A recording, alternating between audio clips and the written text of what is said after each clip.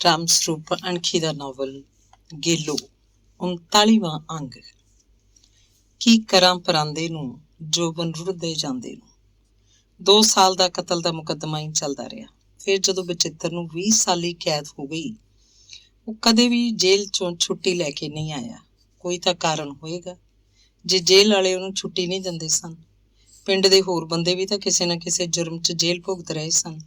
ਉਹ ਤਾਂ ਛੁੱਟੀਆਂ ਲੈ ਕੇ ਆ ਜਾਂਦੇ ਸਨ। ਸਾਲ 'ਚ ਇੱਕ ਵਾਰ ਜ਼ਰੂਰ ਆਉਂਦੇ। ਉਹਨਾਂ ਦੇ ਘਰ 'ਚ ਕੋਈ ਮਰ ਜਾਂਦਾ, ਉਹ ਭੋਗਾਂ 'ਤੇ ਆਉਂਦੇ ਸਨ। ਘਰ 'ਚ ਕਿਸੇ ਮੁੰਡੇ ਕੁੜੀ ਦੀ ਵਿਆਹ ਸ਼ਾਦੀ ਹੁੰਦੀ ਤਾਂ ਵੀ ਆਉਂਦੇ ਸੀ। ਵਿਆਹੇ ਬੰਦੇ ਆਪਣੀਆਂ ਤੀਵੀਆਂ ਨੂੰ ਮਿਲ ਜਾਂਦੇ। 2-4 ਦਿਨਾਂ 'ਚ ਹੀ ਤਸੱਲੀ ਹੋ ਜਾਂਦੀ। ਚਾਹੇ ਸਾਲ 'ਚ 2-4 ਦਿਨ ਹੀ ਸਹੀ, ਉਹਨਾਂ ਨੂੰ ਸਬਰ ਤਾਂ ਆ ਜਾਂਦਾ। ਗੁਰਮੀਤ ਕੌਰ ਕੋਲ ਇੰਨਾ ਅਹਿਸਾਸ ਹੀ ਨਹੀਂ ਰਹਿ ਗਿਆ ਸੀ। ਸਜ਼ਾ ਹੋਣ ਤੋਂ ਬਾਅਦ 2-3 ਸਾਲ ਲੰਘ ਚੁੱਕੇ ਸਨ। ਬਚਿੱਤਰ ਇੱਕ ਵਾਰ ਵੀ ਪਿੰਡ ਨਹੀਂ ਆਇਆ। ਉਹ ਨਾ ਰੰਡੀ ਨਾ ਸੁਹਾਗਣ। ਕਾਰੂ ਜਿਉਂ ਫੌਜ 'ਚ ਗਿਆ ਸੀ, ਇੱਕ ਦਿਨ ਵੀ ਕਦੇ ਚਿੱਠੀ ਨਹੀਂ ਆਇਆ। ਛੁੱਟੀ ਆਉਂਦਾ ਤਾਂ ਭਦੌੜ ਆ ਕੇ ਮੁੜ ਜਾਂਦਾ। ਉਹ ਤਾਂ ਜਿਵੇਂ ਮਾਮੇ ਦਾ ਹੀ ਹੋ ਕੇ ਰਹਿ ਗਿਆ ਹੋਵੇ। ਜਦੋਂ ਹਾਲੇ ਪੜ੍ਹਦਾ ਸੀ ਉਦੋਂ ਵੀ ਕਦੋਂ ਆਉਂਦਾ ਸੀ। ਉਹਨੂੰ ਲੱਗਦਾ ਕਾਰੂ ਜਿਵੇਂ ਉਹਨੇ ਜੰਮਿਆ ਹੀ ਨਾ ਹੋਵੇ। ਉਹ ਤਾਂ ਜਿਵੇਂ ਢਿੱਡੋਂ ਹੀ ਨਾ ਫੁੱਟੀ ਹੋਵੇ। ਉਹ ਕੰਜ ਕੁਆਰੀ ਹੋਵੇ। ਉਹਨੇ ਕਦੇ ਵੀ ਕੋਈ ਜਵਾਕ ਨਹੀਂ ਜੰਮਿਆ ਸੀ। ਉਹਦੀ ਸੁਰਤ ਭਦੌੜ ਪਹੁੰਚ ਜਾਂਦੀ। ਉਹ ਜਿਵੇਂ 17-18 ਸਾਲ ਦੀ ਹੋਵੇ, ਦਰੀ ਬੁਣ ਰਹੀ ਹੋਵੇ। ਇੱਕ ਉਹਦੀ ਕੋਈ ਸਹੇਲੀ ਹੈ ਤੇ ਉਹ ਚਾਂਬਲ ਗੀਤ ਗਾ ਰਹੀਆਂ ਹਨ। ਫੂਣੀਆਂ ਮੈਂ ਫੂਣੀਆਂ ਮੈਂ। ਉਹ ਗਲੀ ਦੇ ਬਾਰ ਵੱਲ ਝਾਕ ਰਹੀ ਹੈ। ਹੁਣੇ ਕੋਈ ਆਏਗਾ ਤੇ ਉਹਨਾਂ ਨੂੰ ਹਸਰਤ ਭਰੀਆਂ ਨਿਗਾਹਾਂ ਨਾਲ ਦੇਖਦਾ ਦੇਖਦਾ ਬਾਰ ਅੱਗੋਂ ਦੀ ਲੰਘ ਜਾਏਗਾ। ਇਹ ਸੰਸਾਰ ਉਹਦੇ ਲਈ ਜਿਵੇਂ ਇੱਕ ਸੁੰਨੀ ਗਲੀ ਹੋਵੇ। ਇਸ ਸੁੰਨੀ ਗਲੀ 'ਚ ਜਿਵੇਂ ਉਹਦੇ ਲਈ ਹਾਲੇ ਕਿਸੇ ਨੇ ਆਉਣਾ ਹੋਵੇ। ਉਹ ਸੋਚਦੀ ਤੇ ਸੋਚਦੀ ਰਹਿ ਜਾਂਦੀ, ਕੋਈ ਆਵੇ ਤਾਂ ਸਹੀ। ਜਦੋਂ ਵੀ ਕੋਈ ਉਹਦੇ ਵੱਲ ਅੱਖ ਭਰ ਕੇ ਝਾਕੇਗਾ, ਉਹ ਤਾਂ ਉਸੇ ਦੀ ਹੋ ਜਾਏਗੀ। ਉਹਨਾਂ ਦੇ ਘਰ ਕੰਮ ਕਰਦਾ ਤੇਲੀਆਂ ਦਾ ਮੁੰਡਾ, ਉਹ ਤੋਂ ਉਮਰ 'ਚ ਅੱਧਾ ਵੀ ਨਹੀਂ ਸੀ। ਉਹ ਵਿਹੜੇ 'ਚ ਕੰਮ ਕਰਦਾ ਫਿਰਦਾ ਹੁੰਦਾ। ਉਹ ਆਪਣਾ ਹੱਥਲਾ ਕੰਮ ਮੁਕਾ ਕੇ ਵਰਾਂਡੇ 'ਚ ਬੈਠੀ ਮੁੰਡੇ ਵੱਲ ਝਾਕਣ ਲੱਗਦੀ। ਜਿਵੇਂ ਬਸ਼ੀਰੇ ਦਾ ਕੱਦ ਪਹਿਲਾਂ ਨਾਲੋਂ ਵੱਧ ਗਿਆ ਹੋਵੇ, ਜਿਵੇਂ ਉਹਦੇ ਹੱਥ ਵੱਡੇ ਵੱਡੇ ਹੋ ਗਏ ਹੋਣ, ਜਿਵੇਂ ਉਹਦੇ ਮੋਢੇ ਹੋਰ ਚੌੜੇ ਹੋ ਗਏ ਹੋਣ। ਪਿੰਜਣੀਆਂ ਗੋਲ ਤੇ ਪੱਟਾਂ 'ਚ ਘੁੱਗੀਆਂ ਪੈਂਦੀਆਂ, ਉਹਨੂੰ ਪੂਰਾ ਮਰਦ ਬਣਿਆ ਜਾਪਦਾ। ਇੱਕ ਦਿਨ ਕੀ ਹੋਇਆ, ਉਹ ਰਸੋਈ 'ਚ ਕੋਈ ਕੰਮ ਕਰਕੇ ਖਾਲੀ ਹੱਥ ਬਾਹਰ ਨਿਕਲੀ। ਬਸ਼ੀਰਾ ਵਰਾਂਡੇ 'ਚ ਖੜਾ ਉਹਦੇ ਵੱਲ ਖਾਲੀ ਅੱਖਾਂ ਨਾਲ ਝਾਕ ਰਿਹਾ ਸੀ। ਸ਼ਾਇਦ ਉਹ ਤੋਂ ਕੋਈ ਹੋਰ ਕੰਮ ਪੁੱਛਣਾ ਹੋਏਗਾ। ਉਹ ਬਸ਼ੀਰੇ ਵੱਲ ਵਧੀ। ਇਹ ਨਹੀਂ ਦੇਖਿਆ ਕਿ ਵਿਹੜੇ 'ਚ ਉਹਨੂੰ ਕੋਈ ਦੇਖਦਾ ਜਾਂ ਨਹੀਂ। ਬਸ਼ੀਰੇ ਦੀਆਂ ਦੋਵੇਂ ਬਾਹਾਂ ਡੋਲਿਆਂ ਕੋਲੋਂ ਫੜ ਲਈਆਂ। ਇੰਨੇ ਜ਼ੋਰ ਦੀ ਘੁੱਟਿਆ ਕਿ ਬਸ਼ੀਰੇ ਦੀ ਚੀਕ ਨਿਕਲ ਗਈ। ਉਹ ਬੁਰੀ ਤਰ੍ਹਾਂ ਕਰਾਹ ਉੱਠਿਆ। ਭਾਬੀ! ਗੁਰਮੀਤ ਕੌਰ ਨੇ ਉਹਦੇ ਮੱਥੇ ਨਾਲ ਮੱਥਾ ਲਾਇਆ ਤੇ ਫਿਰ ਪੋਲੀ ਜੀ ਟੱਕਰ ਮਾਰ ਕੇ ਉਹਨੂੰ ਡੋਲਿਆਂ ਤੋਂ ਛੱਡ ਦਿੱਤਾ। ਬਸ਼ੀਰੇ ਨੇ ਪਰੇ ਹੋ ਕੇ ਕੁੜਤੇ ਦੀਆਂ ਬਾਹਾਂ ਤਾਂ ਚੜ੍ਹ ਕੇ ਦੇਖਿਆ। ਉਹਦੇ ਡੋਲਿਆਂ ਉੱਤੇ ਨੀਲੇ ਨਿਸ਼ਾਨ ਸਨ। ਸਿਆਲ ਦੀ ਖਾਸੀ ਗੂੜ੍ਹੀ ਰੁੱਤ ਸੀ। ਉਹ ਸਬਾਤ 'ਚ ਰਾਤ ਨੂੰ ਪੈਂਦੀ ਹੁੰਦੀ। ਕਈ ਦਿਨਾਂ ਤੋਂ ਬੇਚੈਨ ਸੀ। ਇੰਨੀ ਸਰਦੀ 'ਚ ਵੀ ਅੱਧੀ ਰਾਤ ਆਪਣੀ ਰਜਾਈ ਪਰੇ ਵਗਾਹ ਮਾਰਦੀ। ਮੰਜੇ ਉੱਤੇ ਉੱਠ ਕੇ ਬਹਿ ਜਾਂਦੀ। ਰਸੋਈ 'ਚ ਜਾ ਕੇ ਤੌੜੇ ਦਾ ਠੰਡਾ ਪਾਣੀ ਪੀਂਦੀ। ਨੀਂਦ ਆ ਜਾਣ ਦੀ ਉਮੀਦ ਲੈ ਕੇ ਆਪਣੇ ਆਪ ਨੂੰ ਰਜਾਈ 'ਚ ਫੇਰ ਘੁੱਟ ਲੈਂਦੀ। ਬਸ਼ੀਰਾ ਵਰਾਂਡੇ 'ਚ ਹੀ ਪੈਂਦਾ ਸੀ। ਵਰਾਂਡੇ ਦੇ ਬਾਹਰ ਅੱਗੇ ਪਾਲਾ ਰੋਕਣ ਲਈ ਬੋਰੇ ਦੀਆਂ ਲੰਮੀਆਂ ਪੱਲੀਆਂ ਤਾਣੀਆਂ ਹੁੰਦੀਆਂ। ਉਹ ਇੱਕ ਖੁੰਝੇ ਮੰਜਾ ਡਾਹ ਕੇ ਰਜਾਈ 'ਚ ਗੁੱਛਾ ਮੁੱਛਾ ਹੋ ਜਾਂਦਾ। ਬਖਤੌਰਾ ਬੈਠਕ 'ਚ ਹੁੰਦਾ ਸਦਾਵਾਂ। ਕਦੇ ਕਦੇ ਉਹਦੇ ਖੰਘਣ ਦੀ ਆਵਾਜ਼ ਰਾਤ ਦੇ ਸਨਾਟੇ ਨੂੰ ਕੁਝ ਦੇਰ ਲਈ ਚੀਰ ਜਾਂਦੀ। ਲੱਗਦਾ ਘਰ ਜਿਵੇਂ ਜਾਗ ਪਿਆ ਹੋਵੇ। ਅੱਧੀ ਰਾਤ ਗੁਰਮੀਤ ਕੌਰ ਦੇ ਮੱਥੇ ਨੂੰ ਤੌਣੀ ਆ ਗਈ। ਉਹਦਾ ਸੰਗ ਸੁੱਕ ਰਿਹਾ ਸੀ। ਉਹਨੇ ਰਜਾਈ ਹੌਲੀ ਦੇ ਕੇ ਆਪਣੇ ਭਖ ਦੇ ਪਿੰਡੇ ਤੋਂ ਪਰਾਂ ਕੀਤੀ। ਰਸੋਈ 'ਚ ਗਈ, ਤੌੜੇ ਦਾ ਪਾਣੀ ਪੀਤਾ, ਪਰ ਉਹਦੇ ਅੰਗਾਂ ਦੀ ਗਰਮੀ ਗਈ ਨਹੀਂ। ਉਹਨੂੰ ਸੁਪਨੇ ਵਾਂਗ ਮਹਿਸੂਸ ਹੋਇਆ ਜਿਵੇਂ ਵਰਾਂਡੇ ਦੇ ਖੂੰਜੇ 'ਚ ਮੂੰਹ ਸਿਰ ਰਜਾਈ 'ਚ ਵਲੇਟੀ ਬਚਿੱਤਰ ਸੁੱਤਾ ਪਿਆ ਹੈ। ਉਹ ਵਾਹੋਦਾਈ ਆਪਣੇ ਮੰਜੇ ਵੱਲ ਜਾਣ ਦੀ ਥਾਂ ਵਰਾਂਡੇ ਦੇ ਮੰਜੇ ਵੱਲ ਹੋ ਗਈ।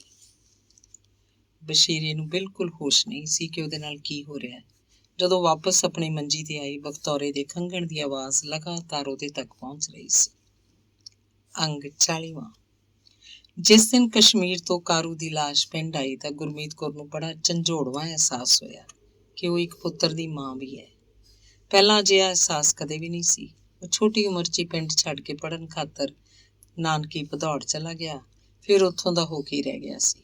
ਜਿਵੇਂ ਜਸਵੰਤ ਮਾਮਾ ਹੀ ਉਹਦਾ ਸਭ ਕੁਝ ਹੋਵੇ। ਮਾਂ ਵੀ ਉਹੀ, ਪਿਓ ਵੀ ਉਹੀ। ਉਹ 10ਵੀਂ ਤੱਕ ਪੜ੍ਹਦਾ ਵੀ ਕਦੇ ਘੱਟ ਹੀ ਚੱਠੀ ਆਇਆ ਸੀ, ਜਾਂ ਫਿਰ ਕਦੇ ਆਇਆ ਹੀ ਨਹੀਂ ਸੀ। ਫੌਜ 'ਚ ਭਰਤੀ ਹੋ ਕੇ ਤਾਂ ਜਿਵੇਂ ਉਹਦਾ ਕੋਈ ਮੋਹ ਆਪਣੇ ਪਿੰਡ ਨਾਲ ਰਿਹਾ ਹੀ ਨਹੀਂ ਸੀ। ਪੱਤੀ ਦੀਆਂ ਬੁੜੀਆਂ, ਵੱਡੇ ਬੰਦੇ ਜਿਵੇਂ ਉਹਨੂੰ ਭੁੱਲ ਹੀ ਗਏ ਹੋਣ। ਨਵੀਂ ਉਮਰ ਦੇ ਮੁੰਡੇ ਕੁੜੀਆਂ ਉਹਨੂੰ ਜਾਣਦੇ ਨਹੀਂ ਸੀ। ਬਹੁਤਿਆਂ ਦਾ ਇਹੀ ਵਿਸ਼ਵਾਸ ਹੋਏਗਾ ਕਿ ਬਚਿੱਤਰ ਦਾ ਕੋਈ ਮੁੰਡਾ ਨਹੀਂ ਹੈ। ਗੁਰਮੀਤ ਕੌਰ ਨੇ ਕੋਈ ਬੱਚਾ ਜੰਮਿਆ ਹੀ ਨਹੀਂ ਸੀ। ਗੁਰਮੀਤ ਕੌਰ ਦਾ ਵੀ ਇਹੀ ਸੱਚ ਵਰਗਾ ਅਹਿਸਾਸ ਕਿ ਉਹਦੇ ਕੋਈ ਬੱਚਾ ਕਦੇ ਜੰਮਿਆ ਹੀ ਨਹੀਂ ਸੀ। ਪਰ ਉਸ ਦਿਨ ਕਾਰੂ ਦੀ ਲਾਸ਼ ਦੇਖ ਕੇ ਉਹਦੇ ਅੰਦਰ ਅਚਾਨਕ ਤੇ ਇੱਕਦਮ ਮਾਂ ਹੋਣ ਦਾ ਅਹਿਸਾਸ ਜਾਗ ਉੱਠਿਆ, ਜਿਵੇਂ ਉਹਦੀਆਂ ਦੋਵੇਂ ਛਾਤੀਆਂ 'ਚ ਦਰਦ ਉੱਠਿਆ ਹੋਵੇ। ਕਾਰੂ ਨਿੱਕਾ ਬਾਲ ਬਣ ਕੇ ਉਹਦਾ ਦੁੱਧ ਚੁੰਘਣ ਲੱਗਿਆ। ਮਾਂ ਹੋਣ ਦੇ ਤੀਬਰ ਅਹਿਸਾਸ ਨਾਲ ਉਹ ਬੇਹੋਸ਼ ਹੋ ਗਈ। ਉਹ ਤੋਂ ਇਹ ਕਹਿਰ ਦੇਖਿਆ ਨਹੀਂ ਜਾ ਰਿਹਾ ਸੀ। ਕਾਰੂ ਦੇ ਭੋਗ ਤੱਕ ਉਹ ਮਾਂ ਹੀ ਬਣੀ ਰਹੀ। ਉਹਨੂੰ ਲੱਗਦਾ ਜਿਵੇਂ ਬਸ਼ੀਰਾ ਉਹਦਾ ਕੁਝ ਵੀ ਨਹੀਂ ਹੈ, ਇੱਕ ਸਰੀਰ ਦੀ ਭੱਲ ਹੈ ਜੋ ਉਹਦੇ ਨਾਲ ਉਹ ਮਿਟਾ ਲੈਂਦੀ ਹੈ। ਉਹ ਉਹਦਾ ਨੌਕਰ ਹੈ। ਉਹਦੀ ਇਸ ਨੌਕਰੀ 'ਚ ਇਹ ਸਭ ਗੱਲਾਂ ਵੀ ਸ਼ਾਮਲ ਨੇ। ਜੇ ਬਚਿੱਤਰ ਹੁੰਦਾ ਤਾਂ ਬਸ਼ੀਰੇ ਦੀ ਕੀ ਲੋੜ ਸੀ। ਭੋਗ ਤੱਕ ਬਚਿੱਤਰ ਹੀ ਉਹਨੂੰ ਯਾਦ ਰਿਹਾ। ਯਾਦ ਕਿ ਦਿਨ ਰਾਤ ਉਹਦੀ ਹਿੱਕ ਤੇ ਚੜ੍ਹਿਆ ਰਿਹਾ ਬਚਿੱਤਰ ਦਾ ਤਸੱਵਰ।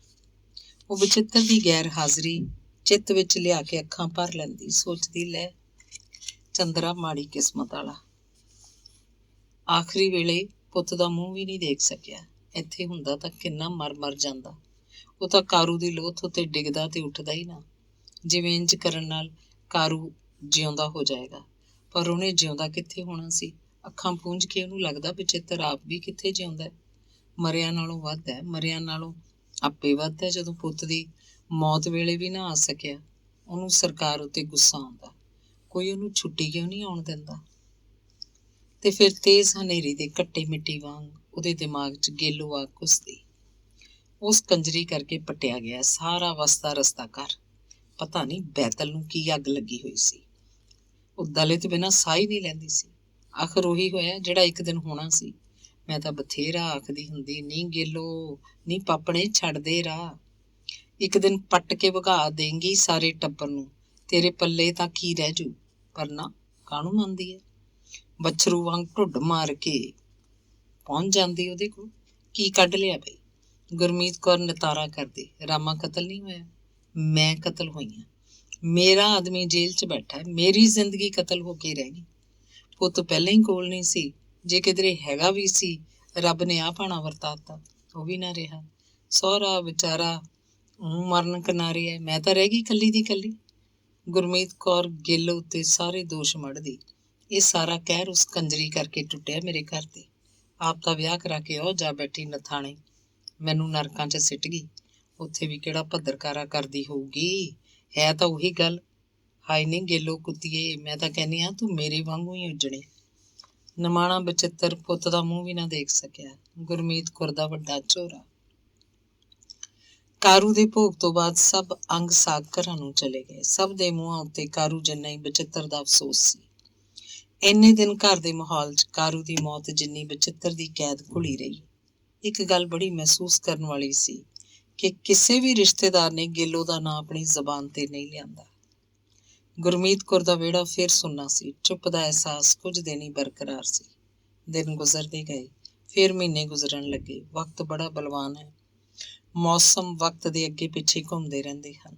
ਹਰ ਮੌਸਮ ਆਪਣੀ ਔਧ ਮੁਕਾ ਕੇ ਨਵੇਂ ਮੌਸਮ ਨੂੰ ਗੱਦੀ ਛੱਡ ਜਾਂਦਾ ਹੈ। ਗੁਰਮੀਤ ਕੌਰ ਦੇ ਘਰ 'ਚ ਨਾ ਤਾਂ ਬਚਿੱਤਰ ਦੀ ਗੈਰ ਹਾਜ਼ਰੀ ਰੜਕਦੀ, ਨਾ ਕਾਰੂ ਦਾ ਕੋਈ ਅਫਸੋਸ। ਬਖਤੌਰੇ ਦੀ ਬੈਠਕ 'ਚ ਕੰਧ ਉੱਤੇ ਸਾਹਮਣੇ ਸ਼ਹੀਦ ਕਰਤਾਰ ਸਿੰਘ ਦੀ ਵੱਡੀ ਫੋਟੋ ਲੱਕੜ ਦੇ ਫਰੇਮ 'ਚ ਜੁੜਵਾ ਕੇ ਜ਼ਰੂਰ ਟੰਗੀ ਹੋਈ ਸੀ। ਫਰੇਮ ਉੱਤੇ ਗੇਂਦੇ ਦੇ ਫੁੱਲਾਂ ਦਾ ਹਾਰ ਕਦੋਂ ਦਾ ਸੁੱਕ ਚੁੱਕਿਆ ਸੀ। ਫੁੱਲ ਹੁਣ ਤਾਂ ਬਸ ਜਾਨਵਰਾਂ ਦੀਆਂ ਵਿੱਠਾਂ ਜੀਆਂ ਦਿਸਦੀਆਂ। ਘਰ 'ਚ ਹੁਣ ਫੇਰ ਬਸ਼ੀਰੇ ਦਾ ਗਹਿ ਗੱਡਵਾਂ ਜ਼ੋਰ ਸੀ। ਬਚਿੱਤਰ ਦੀ ਕੈਦ ਦੇ ਥੋੜ੍ਹੇ ਹੀ ਸਾਲ ਬਾਕੀ ਸਨ। ਬਖਤੌਰਾ ਕਾਫੀ ਬੁੱਢਾ ਹੋ ਚੁੱਕਿਆ ਸੀ। ਬੈਠਕ 'ਚ ਪਿਆ ਬੈਠਾ ਖੰਘਦਾ ਰਹਿੰਦਾ। ਕਬੀਲਦਾਰੀ ਬਸ਼ੀਰੇ ਨੇ ਸਾਂਭ ਰੱਖੀ ਸੀ। ਖੇਤ 'ਚ ਹਿੱਸੇਦਾਰਾਂ ਨਾਲ ਉਹੀ ਨਿਬੜਦਾ। ਗੁਰਮੀਤ ਕੌਰ ਵੱਲੋਂ ਉਹਨੂੰ ਸਾਰੇ ਇਖਤਿਆਰ ਹਾਸਲ ਸਨ, ਜਿਵੇਂ ਬਸ਼ੀਰਾ ਹੀ ਘਰ ਦਾ ਮਾਲਕ ਹੋਵੇ। ਬਖਤੌਰੇ ਦੀ ਫੇਰ ਵੀ ਅੱਖ ਸ਼ਰਮ ਸੀ। ਉਹ ਰਾਤ ਨੂੰ ਗੁਰਮੀਤ ਕੌਰ ਤੋਂ ਅੱਡ ਕਿਧਰੇ ਮੰਜੀ ਡਾਉਂਦਾ। ਫਾਤਾਂ ਖਾਸੀ ਬੁੱਢੀ ਸੀ, ਪਰ ਇੰਨੀ ਬੁੱਢੀ ਵੀ ਨਹੀਂ ਕਿ ਹੱਥ 'ਚ ਸਹਾਰੇ ਲਈ ਸੋਟੀ ਰੱਖਦੀ।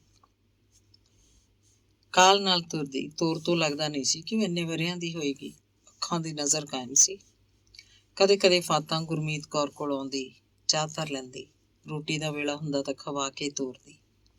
ਗੁਰਮੀਤ ਕੌਰ ਫਾਤਾਂ ਦੇ ਪੈਰੀਂ ਹੱਥ ਲਾਉਂਦੀ ਸੀ ਤੇ ਫਿਰ ਫਾਤਾਂ ਸੀਸਾਂ ਦੀ ਝੜੀ ਲਾ ਦਿੰਦੀ। ਆਖਦੀ, ਬਸ਼ੀਰਾ ਹੁਣ ਤੇਰਾ ਹੈ ਧੀਏ, ਮੇਰੀ ਪ੍ਰਾਣੀ ਤਾਂ ਹਾਰ ਗਈ।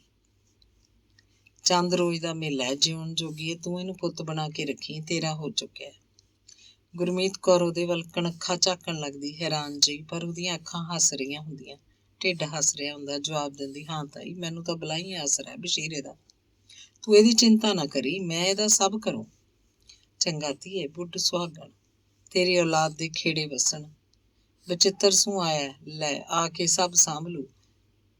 ਓਡੋ ਕੈਡ ਬਣ ਜੂ ਘਰ ਤੇਰਾ। ਬੁੜੀ ਨੂੰ ਕਾਰੂ ਦੀ ਮੌਤ ਯਾਦ ਨਹੀਂ ਰਹਿ ਜਾਂਦੀ ਸੀ। ਉਹ ਘਰੋਂ ਬਾਹਰ ਜਾਂਦੀ ਜਾਂਦੀ ਬੈਠਕ 'ਚ ਬਖਤੌਰੇ ਨਾਲ ਵੀ ਗੱਲਾਂ ਮਾਰ ਜਾਂਦੀ। ਅੰਗ 41ਵਾਂ। ਇਹ ਜ਼ਿਲ੍ਹਾ ਜੇਲ੍ਹ ਸੰਗਰੂਰ ਹੈ। ਸ਼ਹਿਰ 'ਚੋਂ ਬਾਹਰ ਆਈਏ ਤਾਂ ਬਰਨਾਲਾ ਨੂੰ ਜਾਂਦੀ ਸੜਕ ਉੱਤੇ ਰੇਲਵੇ ਫਾਟਕ ਤੋਂ ਥੋੜ੍ਹੀ ਦੂਰੀ ਹੈ ਇਹ ਜੇਲ੍ਹ। ਸਾਹਮਣੇ ਪੁਲਿਸ ਲਾਈਨ ਹੈ, ਬੜੀ ਪੁਰਾਣੀ ਜੇਲ੍ਹ ਹੈ। ਇੰਨੀ ਪੁਰਾਣੀ ਵੀ ਨਹੀਂ, 1954 'ਚ ਪੈਪਸੂ ਦੇ ਪਹਿਲੇ ਮੁੱਖ ਮੰਤਰੀ ਕਰਨਲ ਰਘਬੀਰ ਸਿੰਘ ਨੇ ਇਹਦਾ ਨੀਂਹ ਪੱਥਰ ਰੱਖਿਆ ਸੀ। ਇਸ ਜੇਲ੍ਹ 'ਚ ਕੈਦ ਹੈ ਸਾਡਾ ਬਚਿੱਤਰ ਸਿੰਘ, ਜੋ ਇੱਥੇ ਉਮਰ ਕੈਦ ਭੁਗਤ ਰਿਹਾ। ਬਚਿੱਤਰ ਸਿੰਘ ਪੁੱਤਰ ਬਖਤੌਰ ਸਿੰਘ, ਪਿੰਡ ਚੱਠੇ, ਜ਼ਿਲ੍ਹਾ ਸੰਗਰੂਰ। ਬਚਿੱਤਰ ਨੇ ਆਪਣੀ ਭੈਣ ਦੀ ਆਸ਼ਕ ਨੂੰ ਕਤਲ ਕਰ ਦਿੱਤਾ ਸੀ। ਸਾਵਣ ਦੀ ਰੁੱਤ ਹੈ, ਬਾਰਿਸ਼ਾਂ ਦੇ ਦਿਨ, ਰੁੱਖਾਂ ਦੀ ਹਰਿਆਲੀ ਆਪਣੇ ਜੋਬਨ ਉੱਤੇ ਹੈ। ਬੱਦਲਵਾਈ ਦੇ ਦਿਨ ਪੱਤਿਆਂ ਦਾ ਰੰਗ ਹੋਰ ਵੀ ਗੂੜਾ ਹਰਾ ਹੋ ਜਾਂਦਾ ਹੈ। ਜੇਲ੍ਹ ਤੋਂ ਬਾਹਰ ਅਨੇਕਾਂ ਟਾਹਲੀਆਂ ਖੜੀਆਂ ਹਨ। ਤਿੱਖੀ ਧੁੱਪ ਹੋਵੇ ਤਾਂ ਮੁਲਾਕਾਤਾਂ ਨੂੰ ਆਏ ਲੋਕ ਇਹਨਾਂ ਟਾਹਲੀਆਂ ਦੀ ਛਾਂ ਹੇਠਾਂ ਦਮ ਲੈਣ ਲੱਗਦੇ ਹਨ। ਉਂਝ ਉਹਨਾਂ ਦੇ ਬੈਠਣ ਲਈ ਸੀਮੈਂਟ ਦੀਆਂ ਬੜੀਆਂ ਪੱਕੀਆਂ ਚੌਂਕੜੀਆਂ ਵੀ ਹਨ। ਜੇਲ੍ਹ ਦੇ ਮੁੱਖ ਦੁਆਰ ਉੱਤੇ ਮੋਟੇ ਅੱਖਰਾਂ 'ਚ ਲਿਖਿਆ, ਤੇਰਾ ਭਾਣਾ ਮੀਠਾ ਲਾਗੇ। ਦੇਖਿਆ ਜਾਏ ਤਾਂ ਜੇਲ੍ਹ ਅੰਦਰ ਬੈਠੇ ਕੈਦੀ ਆਪਣੇ ਜੁਰਮਾਂ ਦੀ ਸਜ਼ਾ ਭੁਗਤ ਰਹੇ ਹਨ। ਇਹ ਕੋਈ ਭਾਣਾ ਨਹੀਂ ਹੈ, ਪਰ ਵਿਰੋਧੀ ਵਕੀਲ ਦੀਆਂ ਗਲਤ ਦਲੀਲਾਂ ਤੇ ਜੱਜਾਂ ਦੇ ਮਨਾਂ ਦੀ ਮੈਲ ਕਾਰਨ ਕੁਝ ਜੋ ਨਿਰਦੋਸ਼ੀ ਮਾਰੇ ਗਏ, ਉਹ ਜ਼ਰੂਰ ਭਾਣਾ ਹੋ ਸਕਦਾ ਹੈ। ਜੇਲ੍ਹ ਦੇ ਖੱਬੇ ਹੱਥ ਮੁਲਾਕਾਤੀ ਕਮਰੇ 'ਚ ਲੋਕਾਂ ਦੀ ਕੁਰਬਲ ਕੁਰਬਲ ਕਰਕੇ ਕਿਸੇ ਨੂੰ ਕੁਝ ਸਮਝ ਨਹੀਂ ਆ ਰਿਹਾ। ਵਿਚਕਾਰ ਲੋਹੇ ਦੇ ਮੋਟੇ ਸਰੀਆਂ ਦਾ ਜਾਲ ਹੈ। ਅੰਦਰ ਕੈਦੀ ਬੈਠੇ ਹਨ, ਬਾਹਰ ਉਹਨਾਂ ਦੇ ਮੁਲਾਕਾਤੀ ਸਿਰ ਨਾਲ ਸਿਰ ਜੋੜੀ ਗੱਲਾਂ ਕਰ ਰਹੇ ਹਨ। ਹਰ ਇੱਕ ਦੇ ਚਿਹਰੇ ਤੇ ਉਦਾਸੀ ਹੈ। ਅੰਦਰ ਨੰਬਰਦਾਰ ਕੈਦੀ ਫਜ਼ੂਲ ਜਿਹੇ ਗੇੜੇ ਕੱਢ ਰਹੇ ਹਨ, ਅਸਲ 'ਚ ਉਹ ਮੁਲਾਕਾਤਾਂ ਦੀ ਨਿਗਰਾਨੀ ਕਰ ਰਹੇ ਹਨ। ਮੁਲਾਕਾਤੀ ਤਾਂ ਸ਼ਾਂਤ ਚਿੱਤ ਆਪਣੇ ਬੰਦਿਆਂ ਨਾਲ ਗੱਲਾਂ ਕਰ ਰਹੇ ਹਨ। ਇਹ ਕੁਰਬਲ ਵਾਧੂ ਦੇ ਲੋਕਾਂ ਦੀ ਹੈ ਜੋ ਮੁਲਾਕਾਤੀਆਂ ਦੇ ਨਾਲ ਆਏ ਹਨ। ਇਸ ਜੇਲ੍ਹ 'ਚ ਲਗਭਗ 500 ਕੈਦੀ ਹਨ ਤੇ 50-60 ਔਰਤਾਂ ਵੀ ਕੈਦ ਹਨ।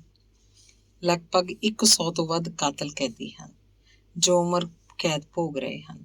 ਬਚਿੱਤਰ ਸਿੰਘ ਪਤਾ ਨਹੀਂ ਕਿਹੜੀ ਬੈਰਕ 'ਚ ਕੈਦ ਹੈ, ਪਰ ਉਹ ਜਿੱਥੇ ਵੀ ਹੈ ਨਿਚਲਾ ਨਹੀਂ ਬੈਠਾ ਹੋਏਗਾ। ਉਹਦੇ ਬਾਰੇ ਰਿਪੋਰਟ ਨਾ ਤਾਂ ਬਾਹਰੋਂ ਪੁਲਿਸ ਵੱਲੋਂ ਕਦੇ ਚੰਗੀ ਆਈ ਹੈ ਤੇ ਨਾ ਜੇਲ੍ਹ ਅੰਦਰ ਉਹਦੀ ਚੰਗੀ ਰਿਪੋਰਟ ਹੈ।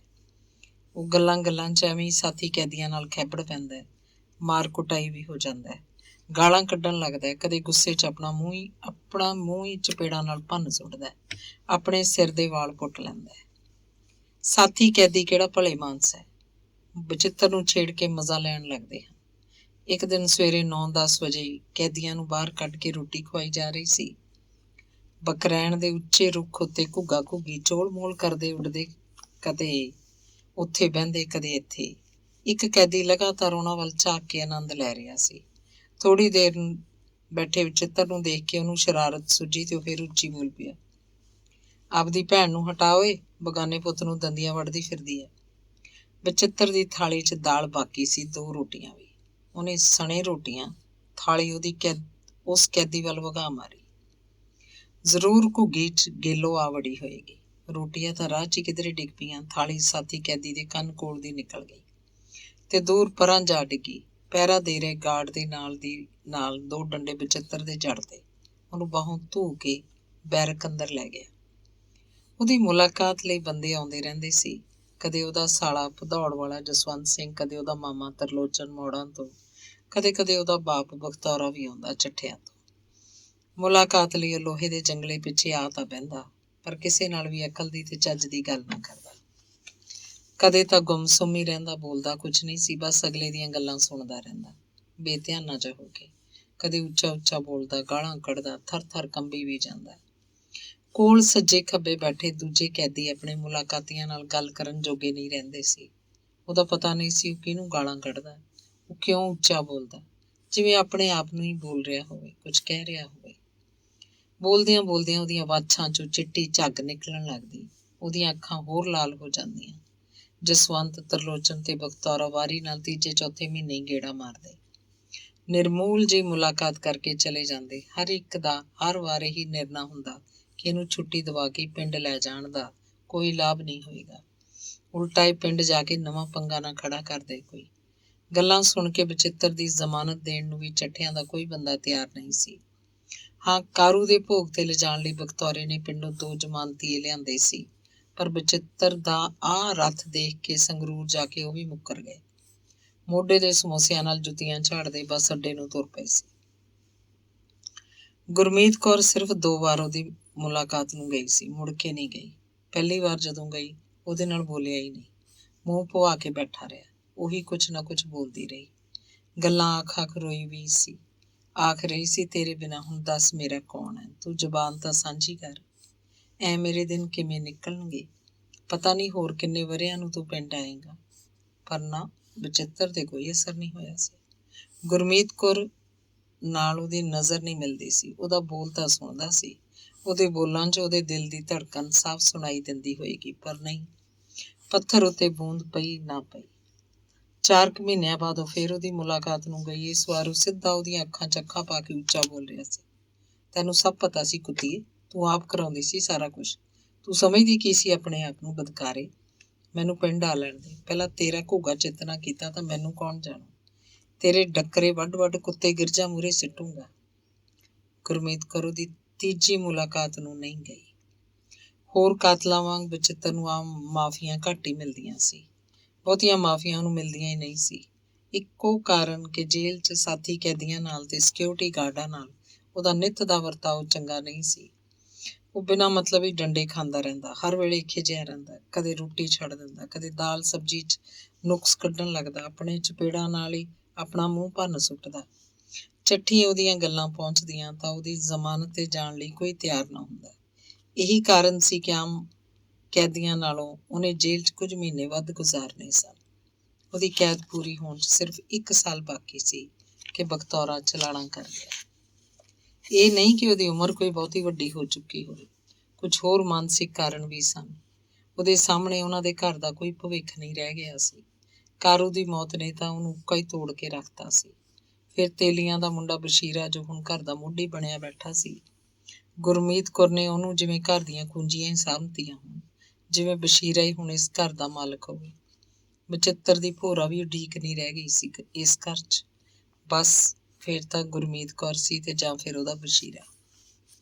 ਬਚਿੱਤਰ ਆਪਣੇ ਸਾਥੀ ਕੈਦੀਆਂ ਨੂੰ ਆਪਣੀ ਜਾਨ ਵਿੱਚ ਗੁੱਜਾ ਦੱਸਦਾ ਹੁੰਦਾ ਕਿ ਉਹਨੇ ਪਿੰਡ ਜਾ ਕੇ ਕਤਲ ਹੋਰ ਕਰਨੇ ਆ। ਇੱਕ ਕਤਲ ਆਪਣੀ ਤੀਵੀਂ ਗੁਰਮੀਤ ਕੌਰ ਦਾ, ਦੂਜਾ ਕਤਲ ਬੜੁੱਖਿਆਂ ਵਾਲੇ ਪ੍ਰੀਤਮ ਦਾ। ਪ੍ਰੀਤਮ ਦੇ ਜ਼ੋਰ ਕਰਕੇ ਹੀ ਉਹਨੂੰ ਉਮਰ ਕੈਦ ਹੋਈ ਸੀ, ਨਹੀਂ ਤਾਂ ਉਹਨੇ ਸਾਫ਼ ਬਰੀ ਹੋ ਜਾਣਾ ਸੀ। ਸਾਥੀ ਕੈਦੀ ਗੁੱਜਾ ਅਗਾਂਹ ਨੰਬਰਦਾਰ ਨੂੰ ਦੱਸ ਦਿੰਦੇ। ਨੰਬਰਦਾਰ ਕੈਦੀ ਤਾਂ ਜੇਲ੍ਹ ਦੇ ਆਪਣੇ ਬੰਦੇ ਸੀ। ਗੱਲ ਆਖਰ ਜੇਲ੍ਹ ਸੁਪਰਡੈਂਟ ਤੱਕ ਪਹੁੰਚ ਜਾਂਦੀ। ਨਤੀਜਾ ਇਹ ਕਿ ਬਚਿੱਤਰ ਉੱਤੇ ਹੋਰ ਸਖਤੀ ਹੋਣ ਲੱਗਦੀ, ਪਰ ਉਹ ਆਪਣੀ ਜ਼ਬਾਨ ਨੂੰ ਸੰਭਾਲ ਕੇ ਨਹੀਂ ਰੱਖ ਸਕਦਾ ਸੀ। ਮੌੜਾਂ ਵਾਲੇ ਤਰਲੋਚਨ ਨੇ ਪੂਰਾ ਜ਼ੋਰ ਲਾਇਆ ਸੀ ਕਿ ਬਖਤੌਰੇ ਦੇ ਸੰਸਕਾਰ ਸਮੇਂ ਬਚਿੱਤਰ ਨੂੰ ਚੱਠੀ ਲਿਜਾਇਆ ਜਾ ਸਕੇ। 2 ਜ਼ਮਾਨਤੀਏ ਸਾਹਮਣੇ ਖੜੇ ਕਰਕੇ ਇਹ ਵੀ ਆਖਿਆ ਸੀ ਕਿ ਬਚਿੱਤਰ ਦੀ ਨਿਗਰਾਨੀ ਲਈ 2 ਸਿਪਾਹੀ ਨਾਲ ਭੇਜਦੇ ਜਾਣ। ਸਿਪਾਹੀਆਂ ਦਾ ਖਰਚਾ ਉਹ ਆਪ ਭਰੇਗਾ। ਪਰ ਜੇਲ੍ਹ ਸੁਪਰਡੈਂਟ ਉੱਕਾ ਹੀ ਨਹੀਂ ਮੰਨਿਆ। ਤਰਲੋਚਨ ਦੀ ਹਰ ਗੱਲ ਉੱਤੇ ਸਿਰ ਮਾਰਦਾ ਰਿਹਾ। ਇੱਕੋ ਜਵਾਬ, ਇਹਦਾ ਕੋਈ ਵਸਾਹ ਨਹੀਂ। ਉੱਥੇ ਜਾ ਕੇ ਕੋਈ ਸਿਆਪਾ ਖੜਾ ਕਰ ਬੈਠਾ ਤਾਂ ਗੱਲ ਸਾਡੇ ਤੇ ਆ ਪੈਣੀ ਹੈ। ਸੰਸਕਾਰ ਛੱਡੋ, ਆਪਣੇ ਬਾਪ ਦੇ ਭੋਗ ਤੇ ਵੀ ਨਹੀਂ ਜਾ ਸਕਿਆ। ਉਹਦੀ ਕੈਦ ਮੁੱਕਣ ਵਾਲੀ ਸੀ। 2 ਮਹੀਨੇ ਪਹਿਲਾਂ ਉਹ ਬਿਲਕੁਲ ਸ਼ਾਂਤ ਹੋ ਗਿਆ। ਇੱਕ ਲਫ਼ਜ਼ ਵੀ ਨਹੀਂ ਬੋਲਦਾ ਸੀ, ਨਾ ਕੋਈ ਚੰਗੀ ਮਾੜੀ ਹਰਕਤ ਕਰਦਾ। ਰੋਟੀ ਪਾਣੀ ਜਿਹੋ ਜਿਹਾ ਮਿਲਦਾ ਚੁੱਪ ਕਰਕੇ ਖਾ ਲੈਂਦਾ। ਜੇਲ੍ਹ ਦੀ ਜ਼ਮੀਨ 'ਚ ਤਨਦੇਹੀ ਨਾਲ ਕੰਮ ਕਰਦਾ, ਜਿਵੇਂ ਉਹਦੀ ਆਪਣੀ ਜ਼ਮੀਨ ਹੋਵੇ, ਜਿਵੇਂ ਖੇਤ ਦੀ ਫਸਲ ਉਹਨੇ ਆਪ ਵੱਢਣੀ ਵੇਚਣੀ ਹੋਵੇ। ਅਬਾ ਤਬਾ ਉਹਦੀ ਜ਼ਬਾਨ ਤੋਂ ਗਾਇਬ ਸੀ। ਸਾਥੀ ਕੈਦੀ ਹੁਣ ਉਹਨੂੰ ਮਜ਼ਾਕ ਨਹੀਂ ਕਰਦੇ ਸੀ। ਉਹ ਦੇਖਦੇ ਹੈਰਾਨ ਹੁੰਦੇ ਕਿ ਉਹ ਕਦੇ ਦੋਵੇਂ ਹੱਥ ਜੋੜ ਕੇ ਸਤਨਾਮ ਵਾਹਿਗੁਰੂ ਸਤਨਾਮ ਵਾਹਿਗੁਰੂ ਕਰ ਰਿਹਾ ਹੁੰਦਾ। ਉਹਦੇ ਜੁੜੇ ਹੱਥ ਉਤਾਂ ਅਸਮਾਨ ਵੱਲ ਉੱਠ ਜਾਂਦੇ, ਅੱਖਾਂ ਬੰਦ ਹੋ ਜਾਂਦੀਆਂ ਤੇ ਬੁੱਲ ਫਰਕ ਰਹੇ ਹੁੰਦੇ। ਜੇਲ੍ਹ ਅਧਿਕਾਰੀ, ਸਿਕਿਉਰਿਟੀ ਗਾਰਡ, ਕੈਦੀ, ਨੰਬਰਦਾਰ ਤੇ ਸਾਥੀ ਕੈਦੀ ਉਹਦੇ ਲਈ ਦੁਆ ਕਰਦੇ ਕਿ ਉਹ ਸੁੱਖ ਸਾਂਦ ਨਾਲ ਰਿਹਾ ਹੋ ਜਾਏ ਤੇ ਪਿੰਡ ਜਾ ਕੇ ਅਮਨ ਚੈਨ ਦੀ ਜ਼ਿੰਦਗੀ ਬਸਰ ਕਰੇ। ਬਚਿੱਤਰ ਨੇ ਜਿਸ ਦਿਨ ਰਿਹਾ ਹੋਣਾ ਸੀ, ਚੱਠਿਆਂ ਦੇ 4 ਬੰਦੇ ਉਹਨੂੰ ਲੈਣ ਆਏ। 2 ਬੰਦਿਆਂ ਨੇ ਜ਼ਮਾਨਤ ਦਿੱਤੀ। ਮੌੜਾਂ ਵਾਲਾ ਤਿਰਲੋਚਨ ਤੇ ਭਦੌੜੋਂ ਜਸਵੰਤ ਵੀ ਆਇਆ। ਜੇਲ੍ਹ ਵਾਲੇ ਉਸ ਦਿਨ ਵੀ ਹੈਰਾਨ ਸੀ। ਰਿਹਾ ਹੋਣ ਵਾਲੇ ਆਮ ਕੈਦੀਆਂ ਦੇ ਚਿਹਰਿਆਂ ਤੇ ਪ੍ਰਸੰਨਤਾ ਦੀ ਝਲਕ ਠਾਠਾਂ ਮਾਰ ਰਹੀ ਹੁੰਦੀ ਹੈ। ਅੱਖਾਂ 'ਚ ਚਮਕ ਉਤਰ ਆਉਂਦੀ ਹੈ, ਪਰ ਬਚਿੱਤਰ ਦੇ ਚਿਹਰੇ ਤੇ ਕੋਈ ਪ੍ਰਭਾਵ ਨਹੀਂ ਸੀ। ਉਹ ਬੁਝਿਆ ਚਿਹਰਾ ਤੇ ਉਦਾਸ ਅੱਖਾਂ ਨਾਲ ਜੇਲ੍ਹ ਦੇ ਮੁੱਖ ਦੁਆਰ ਤੋਂ ਬਾਹਰ ਹੋਇਆ। ਸਭ ਨੂੰ ਹੱਥ ਜੋੜ ਕੇ ਸਤਿ ਸ੍ਰੀ ਅਕਾਲ ਆਖ ਰਿਹਾ ਸੀ। ਤੁਰਨ ਵੇਲੇ ਉਹਨੇ ਜੇਲ੍ਹ ਸੁਪਰਡੈਂਟ ਦੇ ਪੈਰੀਂ ਹੱਥ ਲਾਏ ਸਨ। ਮੂੰਹ ਜਿਵੇਂ ਹੁਣੇ ਰੋਇਆ। ਉਹਨਾਂ ਕੋਲ ਮੈਟਾਡੋਰ ਗੱਡੀ ਸੀ। ਮੈਟਾਡੋਰ ਤਿਰਲੋਚਨ ਨੇ ਸੰਗਰੂਰੋਂ ਹੀ ਕੀਤੀ ਸੀ। 6 ਬੰਦੇ ਚੱਠਿਆਂ ਤੱਕ ਬਚਿੱਤਰ ਦੇ ਨਾਲ ਗਏ। ਪਿੰਡ ਪਹੁੰਚੇ ਤਾਂ ਸੂਰਜ ਡੁੱਬੀਏ ਸੀ। ਘਰ ਪਹੁੰਚੇ ਆਂਢੀ ਗੁਆਂਢੀ ਇਕੱਠੇ ਹੋ ਕੇ ਆ ਗਏ। ਹਰ ਕੋਈ ਬਚਿੱਤਰ ਨਾਲ ਹੱਥ ਮਿਲਾਉਂਦਾ, ਉਹਦਾ ਹਾਲ ਚਾਲ ਪੁੱਛਦਾ। ਗੁਰਮੀਤ ਕੌਰ ਚੁੰਨੀ ਦੇ ਦੋਵੇਂ ਲੜ ਫੜ ਕੇ ਬਚਿੱਤਰ ਦੇ ਪੈਰਾਂ ਤੇ ਆ ਡਿੱਗੀ। ਉਹਦੇ ਵੱਲ ਝਾਕ ਕੇ ਆਈ, ਬੋਲਿਆ ਕੁਛ ਨਹੀਂ। ਹੁਣ ਰਸੋਈ 'ਚ ਜਾ ਕੇ ਸਾਰਿਆਂ ਲਈ ਚਾਹ ਬਣਾਉਣ ਲੱਗੀ। ਬਸ਼ੀਰਾ ਪਾਣੀ ਧਾਣੀ ਪਿਆਉਂਦਾ ਫਿਰਦਾ ਸੀ। 2-4 ਗੁਆਂਢੀ ਵੀ ਪਿੰਡ ਦੇ ਉਚਾਰੇ ਬੰਦੇ ਬੈਠਕ 'ਚ ਬੈਠ ਕੇ ਦਾਰੂ ਪੀਣ ਲੱਗੇ। ਜਸਵੰਤ ਪੀਂਦਾ ਨਹੀਂ ਸੀ। ਤਿਰਲੋਚਨ ਰਾਤ ਨਹੀਂ ਠਹਿਰਿਆ। ਮੈਟਾਡੋਰ ਦੇ ਨਾਲ ਹੀ ਸੰਗਰੂਰ ਨੂੰ ਮੁੜ ਪਿਆ। ਉਹ ਅੱਧੀ ਰਾਤ ਤੱਕ ਪੀਂਦੇ ਰਹੇ। ਕਾਰੂ ਤੇ ਬਾਪੂ ਨੂੰ ਯਾਦ ਕਰਕੇ ਬਚਿੱਤਰ 2 ਵਾਰੀ ਭੁੱਬੀ ਰੋਇਆ। ਦੂਜੇ ਉਹਨੂੰ ਦਿਲਾਸਾ ਦਿੰਦੇ ਰਹੇ। ਉਹ ਦਾਰੂ ਇੰਨੀ ਪੀ ਗਏ ਕਿ ਪਤਾ ਹੀ ਨਹੀਂ ਸੀ ਕਿਹਨੇ ਰੋਟੀ ਖਾਧੀ ਕਿਹਨੇ ਨਹੀਂ। ਬਚਿੱਤਰ ਨੇ ਥੋੜ੍ਹੀ ਰੋਟੀ ਖਾਧੀ ਹੋਏਗੀ ਕਿ ਉਲਟੀਆਂ ਕਰਨ ਲੱਗਿਆ।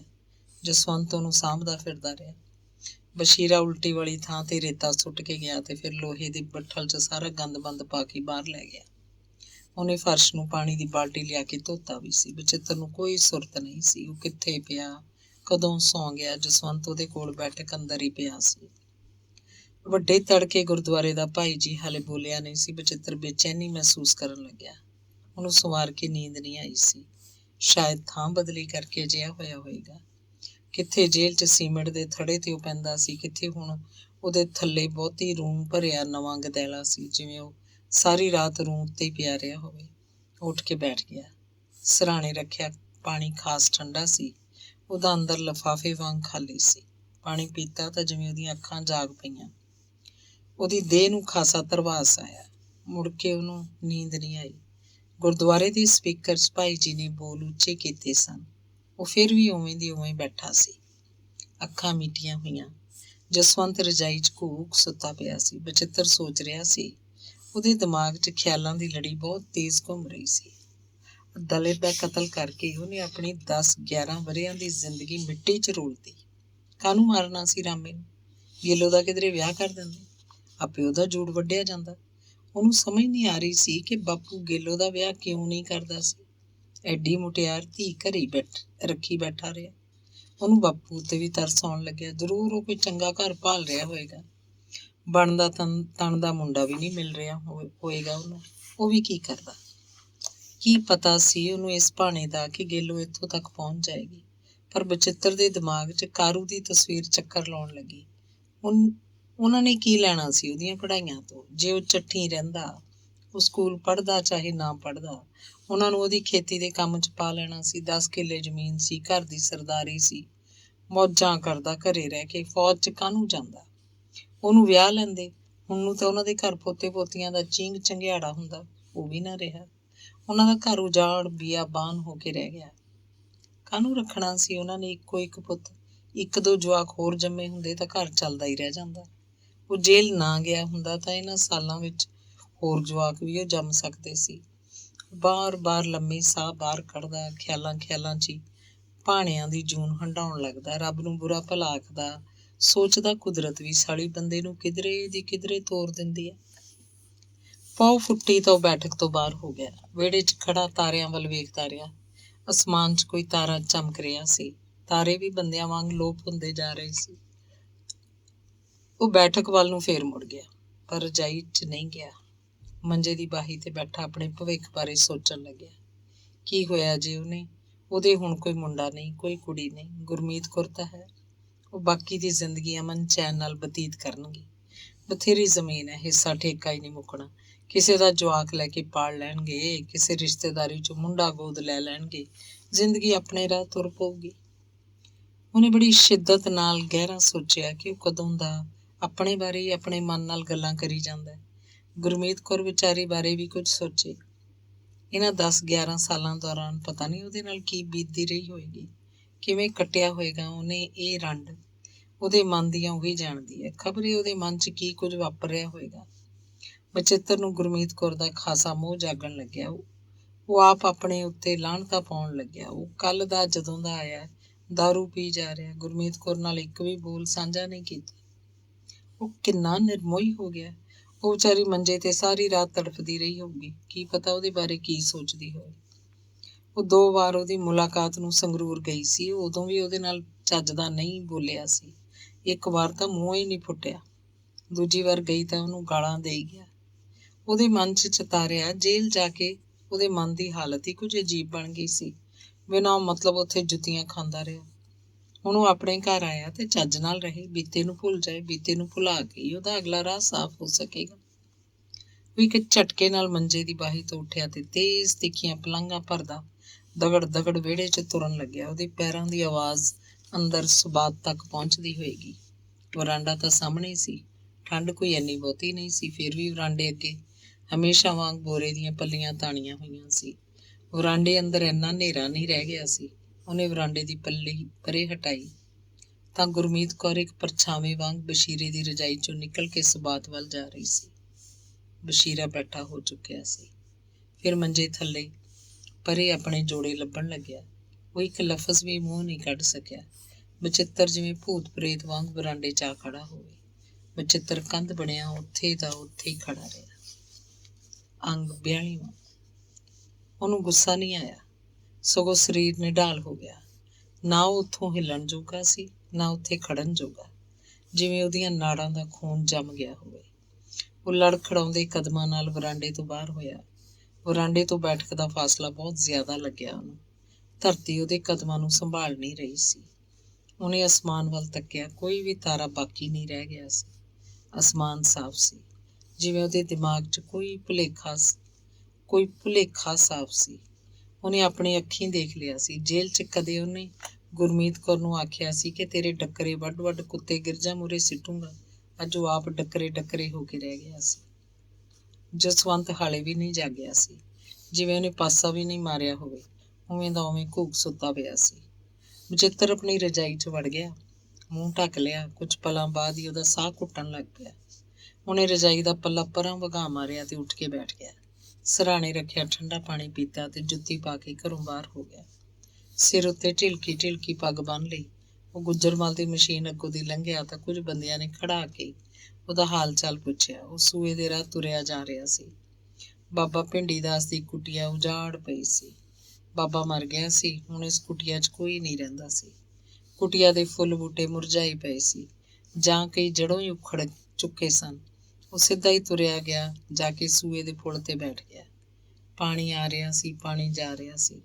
ਪਾਣੀ ਉੱਤੇ ਤੈਰਦੀ ਕੋਈ ਚੀਜ਼ ਉਹਨੂੰ ਦੂਰੋਂ ਆਉਂਦੀ ਦਿਸੀ ਤਾਂ ਉਹ ਉਹਦੇ ਵੱਲ ਬੜੇ ਗੌਰ ਨਾਲ ਝਾਕਣ ਲੱਗਦਾ। ਚੀਜ਼ ਨੇੜੇ ਆਉਂਦੀ ਹੋਰ ਵੱਡੀ ਹੁੰਦੀ ਜਾਂਦੀ ਲੱਗਦੀ। ਅੱਖਾਂ ਸਾਹਮਣੇ ਆਈ ਚੀਜ਼ ਨੂੰ ਉਹ ਪਛਾਣਦਾ ਤਾਂ ਜਿਵੇਂ ਉਹ ਕੁਝ ਵੀ ਨਾ ਹੋਵੇ। ਸਰਕੜੇ ਦਾ ਕੋਈ ਬੂਝਾ, ਦਰਖਤ ਦਾ ਟੁੱਟਿਆ ਸੁੱਕਾ ਡਾਹਣਾ, ਮਰੇ ਕੁੱਤੇ ਦੀ ਲਾਸ਼, ਜਾਂ ਫਿਰ ਉਂਝ ਹੀ ਗਲੇ ਸੜੇ ਪੱਤਿਆਂ ਦਾ ਰੁੱਗ ਹੁੰਦਾ।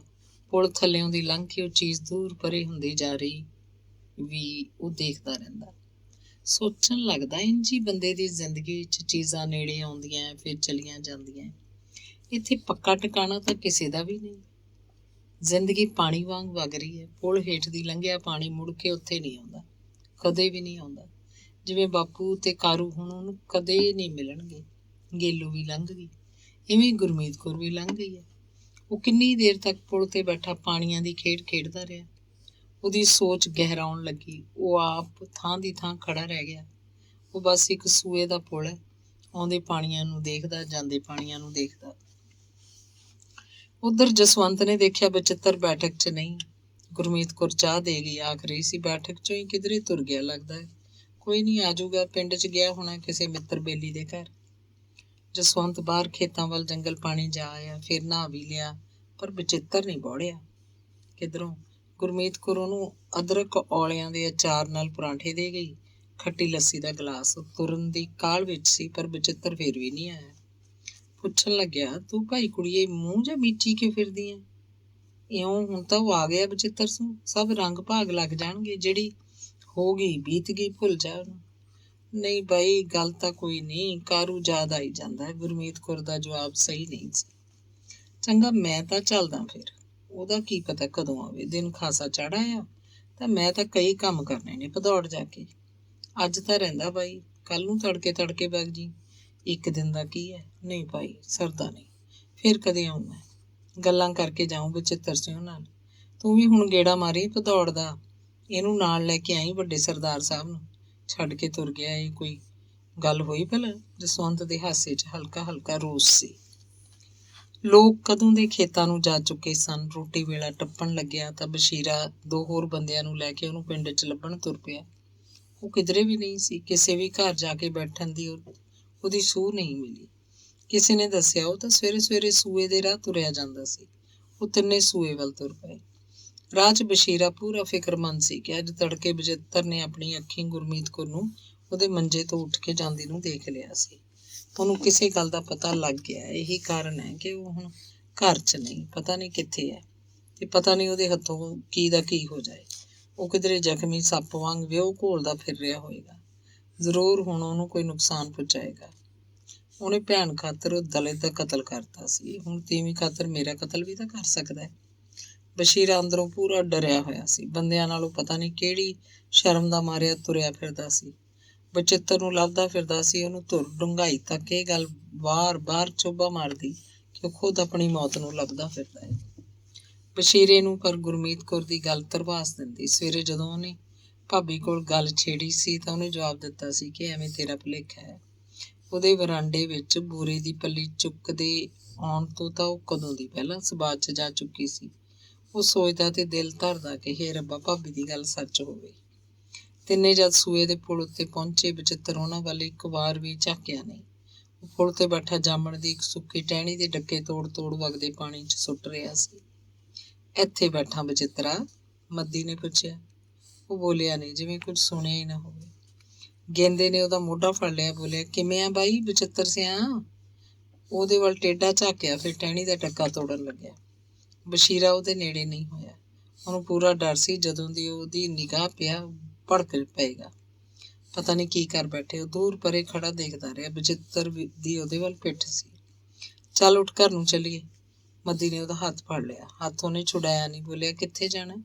ਘਰ, ਮੱਦੀ ਦੀ ਆਵਾਜ਼ ਸੀ। ਕਿਹੜਾ ਘਰ? ਜਿਵੇਂ ਉਹਨੂੰ ਕੁਛ ਵੀ ਨਾ ਯਾਦ ਰਹਿ ਗਿਆ ਹੋਵੇ। ਤੇਰਾ ਘਰ, ਹੋਰ ਕਿਹੜਾ ਘਰ? ਗੁਰਮੀਤ ਕੌਰ ਡੀਕਦੀ ਆ ਤੈਨੂੰ। ਇਸ ਵਾਰ ਗੈਂਦਾ ਬੋਲ ਰਿਹਾ ਸੀ। ਕੌਣ ਗੁਰਮੀਤ? ਤੇਰੀ ਤੀਵੀਂ, ਹੋਰ ਕੌਣ? ਮੇਰੀ ਤੀਵੀਂ? ਤੇਰੀ ਤੀਵੀਂ ਨਹੀਂ ਗੁਰਮੀਤ ਕੌਰ? ਤੂੰ ਕਦੋਂ ਦਾ ਘਰੋਂ ਆਇਆ ਹੋਇਆ ਹੈ? ਉਹ ਤੜਫੀ ਜਾਂਦੀ ਹੈ। ਗੇਂਦਾ ਆਖ ਰਿਹਾ ਸੀ। ਘਰ, ਗੁਰਮੀਤ ਕੌਰ। ਉਹਨੇ ਜਾਮਣ ਦੀ ਬਾਕੀ ਬਚਦੀ ਸਾਰੀ ਟਹਿਣੀ ਸੂਏ ਦੇ ਪਾਣੀ 'ਚ ਵਗਾ ਮਾਰੀ। ਹੱਸਣ ਲੱਗ ਪਿਆ। ਉਹਦੇ ਹਾਸੇ 'ਚ ਹੋਸ਼ਮੰਦ ਬੰਦੇ ਵਾਲੀ ਕੋਈ ਗੱਲ ਨਹੀਂ ਸੀ। ਬਸ਼ੀਰਾ ਸਭ ਸੁਣਦਾ ਰਿਹਾ ਸੀ। ਉਹਨੂੰ ਪੱਕਾ ਯਕੀਨ ਹੋ ਗਿਆ ਕਿ ਬਚਿੱਤਰ ਸੁਰਤ 'ਚ ਨਹੀਂ ਹੈ। ਮੱਦੀ ਨੇ ਬਚਿੱਤਰ ਨੂੰ ਬਾਹੋਂ ਫੜ ਕੇ ਪੁਲ ਤੋਂ ਉਠਾ ਲਿਆ। ਦੂਜਾ ਹੱਥ ਗੇਂਦੇ ਦੇ ਹੱਥ ਵਿੱਚ ਸੀ। ਉਹ ਪੈਰ ਘੜੀਸ ਕੇ ਤੁਰ ਰਿਹਾ ਸੀ, ਜਿਵੇਂ ਉਹਦੇ ਪੈਰਾਂ ਨੂੰ ਕੋਈ ਹੋਰ ਚੀਜ਼ ਬੰਨ੍ਹੀ ਹੋਵੇ। ਬਸ਼ੀਰਾ ਉਹਨਾਂ ਦੇ ਅੱਗੇ ਅੱਗੇ ਜਾ ਰਿਹਾ ਸੀ। ਬਚਿੱਤਰ ਨੇ ਸਿਰਫ ਇੱਕ ਵਾਰ ਨਿਗਾਹ ਭਰ ਕੇ ਬਸ਼ੀਰੇ ਨੂੰ ਦੇਖਿਆ ਤੇ ਫਿਰ ਅੱਖਾਂ ਪਰੇ ਭਵਾ ਲਈਆਂ ਸੀ। ਉਹਨੂੰ ਤੋਰ ਕੇ ਪਿੰਡ ਲੈ ਆਏ। ਘਰ ਦੇ ਬਾਹਰ ਮੂਹਰੇ ਖੜਾ ਉਹ ਖਾਸੀ ਓਪਰੀ ਨਿਗਾਹ ਨਾਲ ਝਾਕਣ ਲੱਗਿਆ, ਜਿਵੇਂ ਉਹਦਾ ਬਾਹਰ ਅੰਦਰ ਜਾਣ ਨੂੰ ਜੀਅ ਨਾ ਕਰਦਾ ਹੋਵੇ।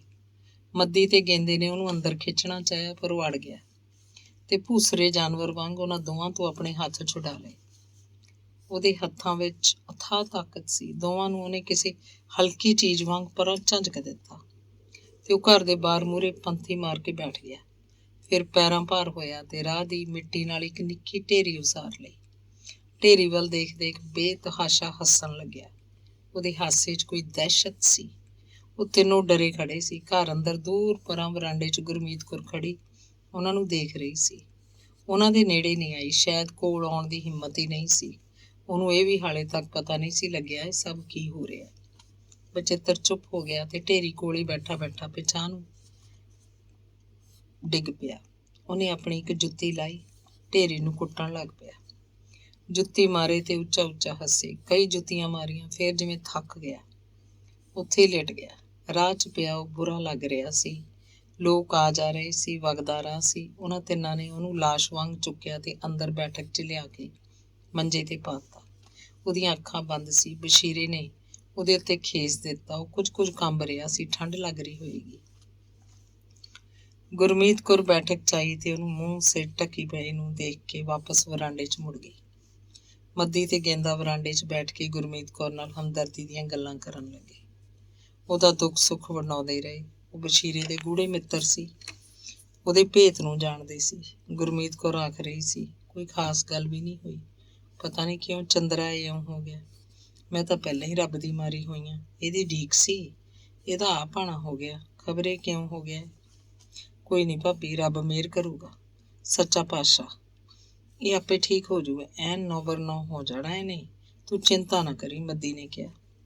ਇਹਦੇ ਦਿਮਾਗ ਨੂੰ ਕੋਈ ਧੱਕਾ ਲੱਗਿਆ। ਕੱਲ ਚੰਗਾ ਭਲਾ ਸੰਗਰੂਰੋਂ ਆਇਆ, ਅੱਜ ਤੜਕੇ ਖਬਰੇ ਕੀ ਭਾਣਾ ਹੋ ਗਿਆ। ਕਿਸੇ ਸਿਆਣੇ ਨੂੰ ਦਿਖਾਓ ਇਹਨੂੰ, ਗੇਂਦੇ ਨੇ ਸੁਝਾਅ ਦਿੱਤਾ। ਬਸ਼ੀਰਾ ਪਰਾਂ ਵਿਹੜੇ 'ਚ ਮੈਸ ਦੀ ਖੁਰਲੀ ਸੁੰਬਰਦਾ ਫਿਰਦਾ ਸੀ। ਫਿਰ ਲੋਹੇ ਦਾ ਬੱਠਲ ਰੱਖ ਕੇ ਉਹਨੇ ਮੈਸ ਨੂੰ ਪਾਣੀ ਪਿਆਇਆ। ਮੈਸ ਦੇ ਪਿਛਾੜੀ ਇਕੱਠਾ ਕੀਤਾ ਪਿਆ ਗੋਹਾ ਬੱਠਲ ਭਰ ਰੂੜੀ ਤੇ ਸੁੱਟਣ ਲੱਗਿਆ। ਅੱਜ ਲੱਗਦਾ ਨਹੀਂ ਸੀ ਕਿ ਗੁਰਮੀਤ ਕੌਰ ਗੋਹੇ ਦੀਆਂ ਪਾਥੀਆਂ ਪੱਥੇਗੀ।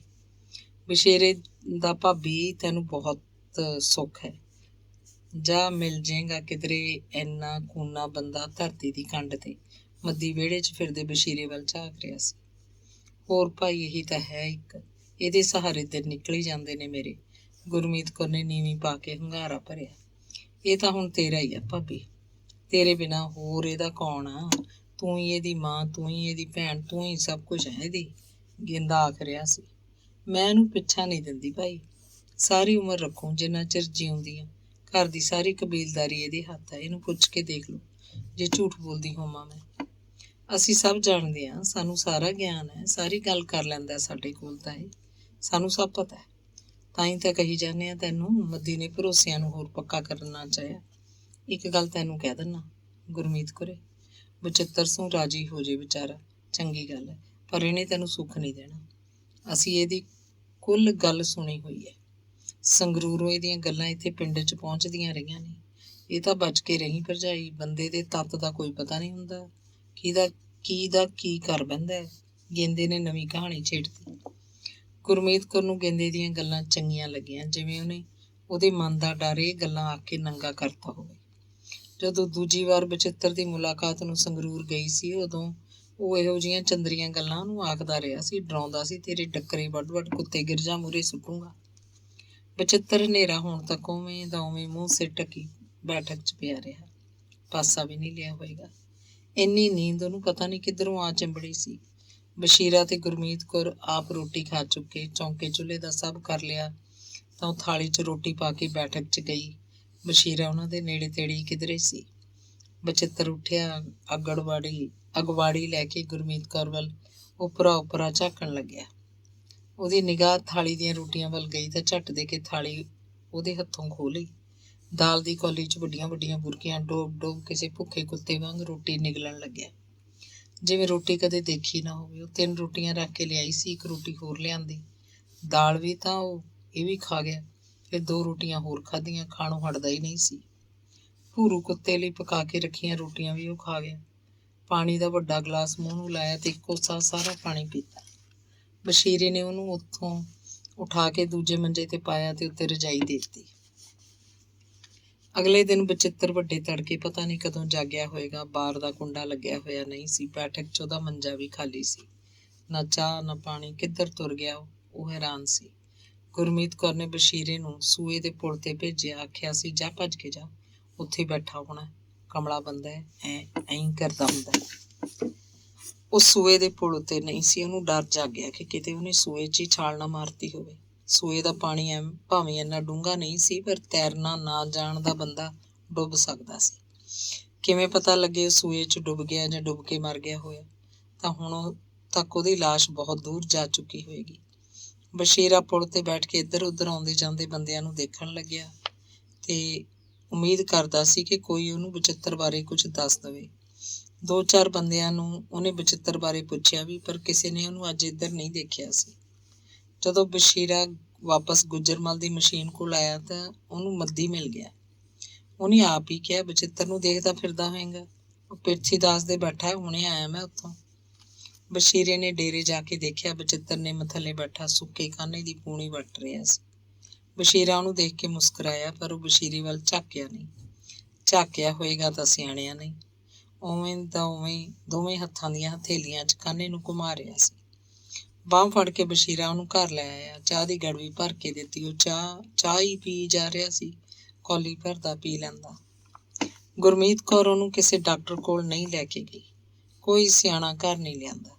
ਪਿਰਥੀ ਦਾਸ ਬਹੁਤ ਬੁੱਢਾ ਹੋ ਚੁੱਕਿਆ ਸੀ। ਉਹਦਾ ਇੱਕ ਸੇਵਕ ਘਰ ਆਉਂਦਾ ਸੀ, ਉਹਦੇ ਹੱਥ 'ਚ ਮੋਰ ਦੇ ਖੰਭ ਦਾ ਮੁੱਠਾ ਹੁੰਦਾ।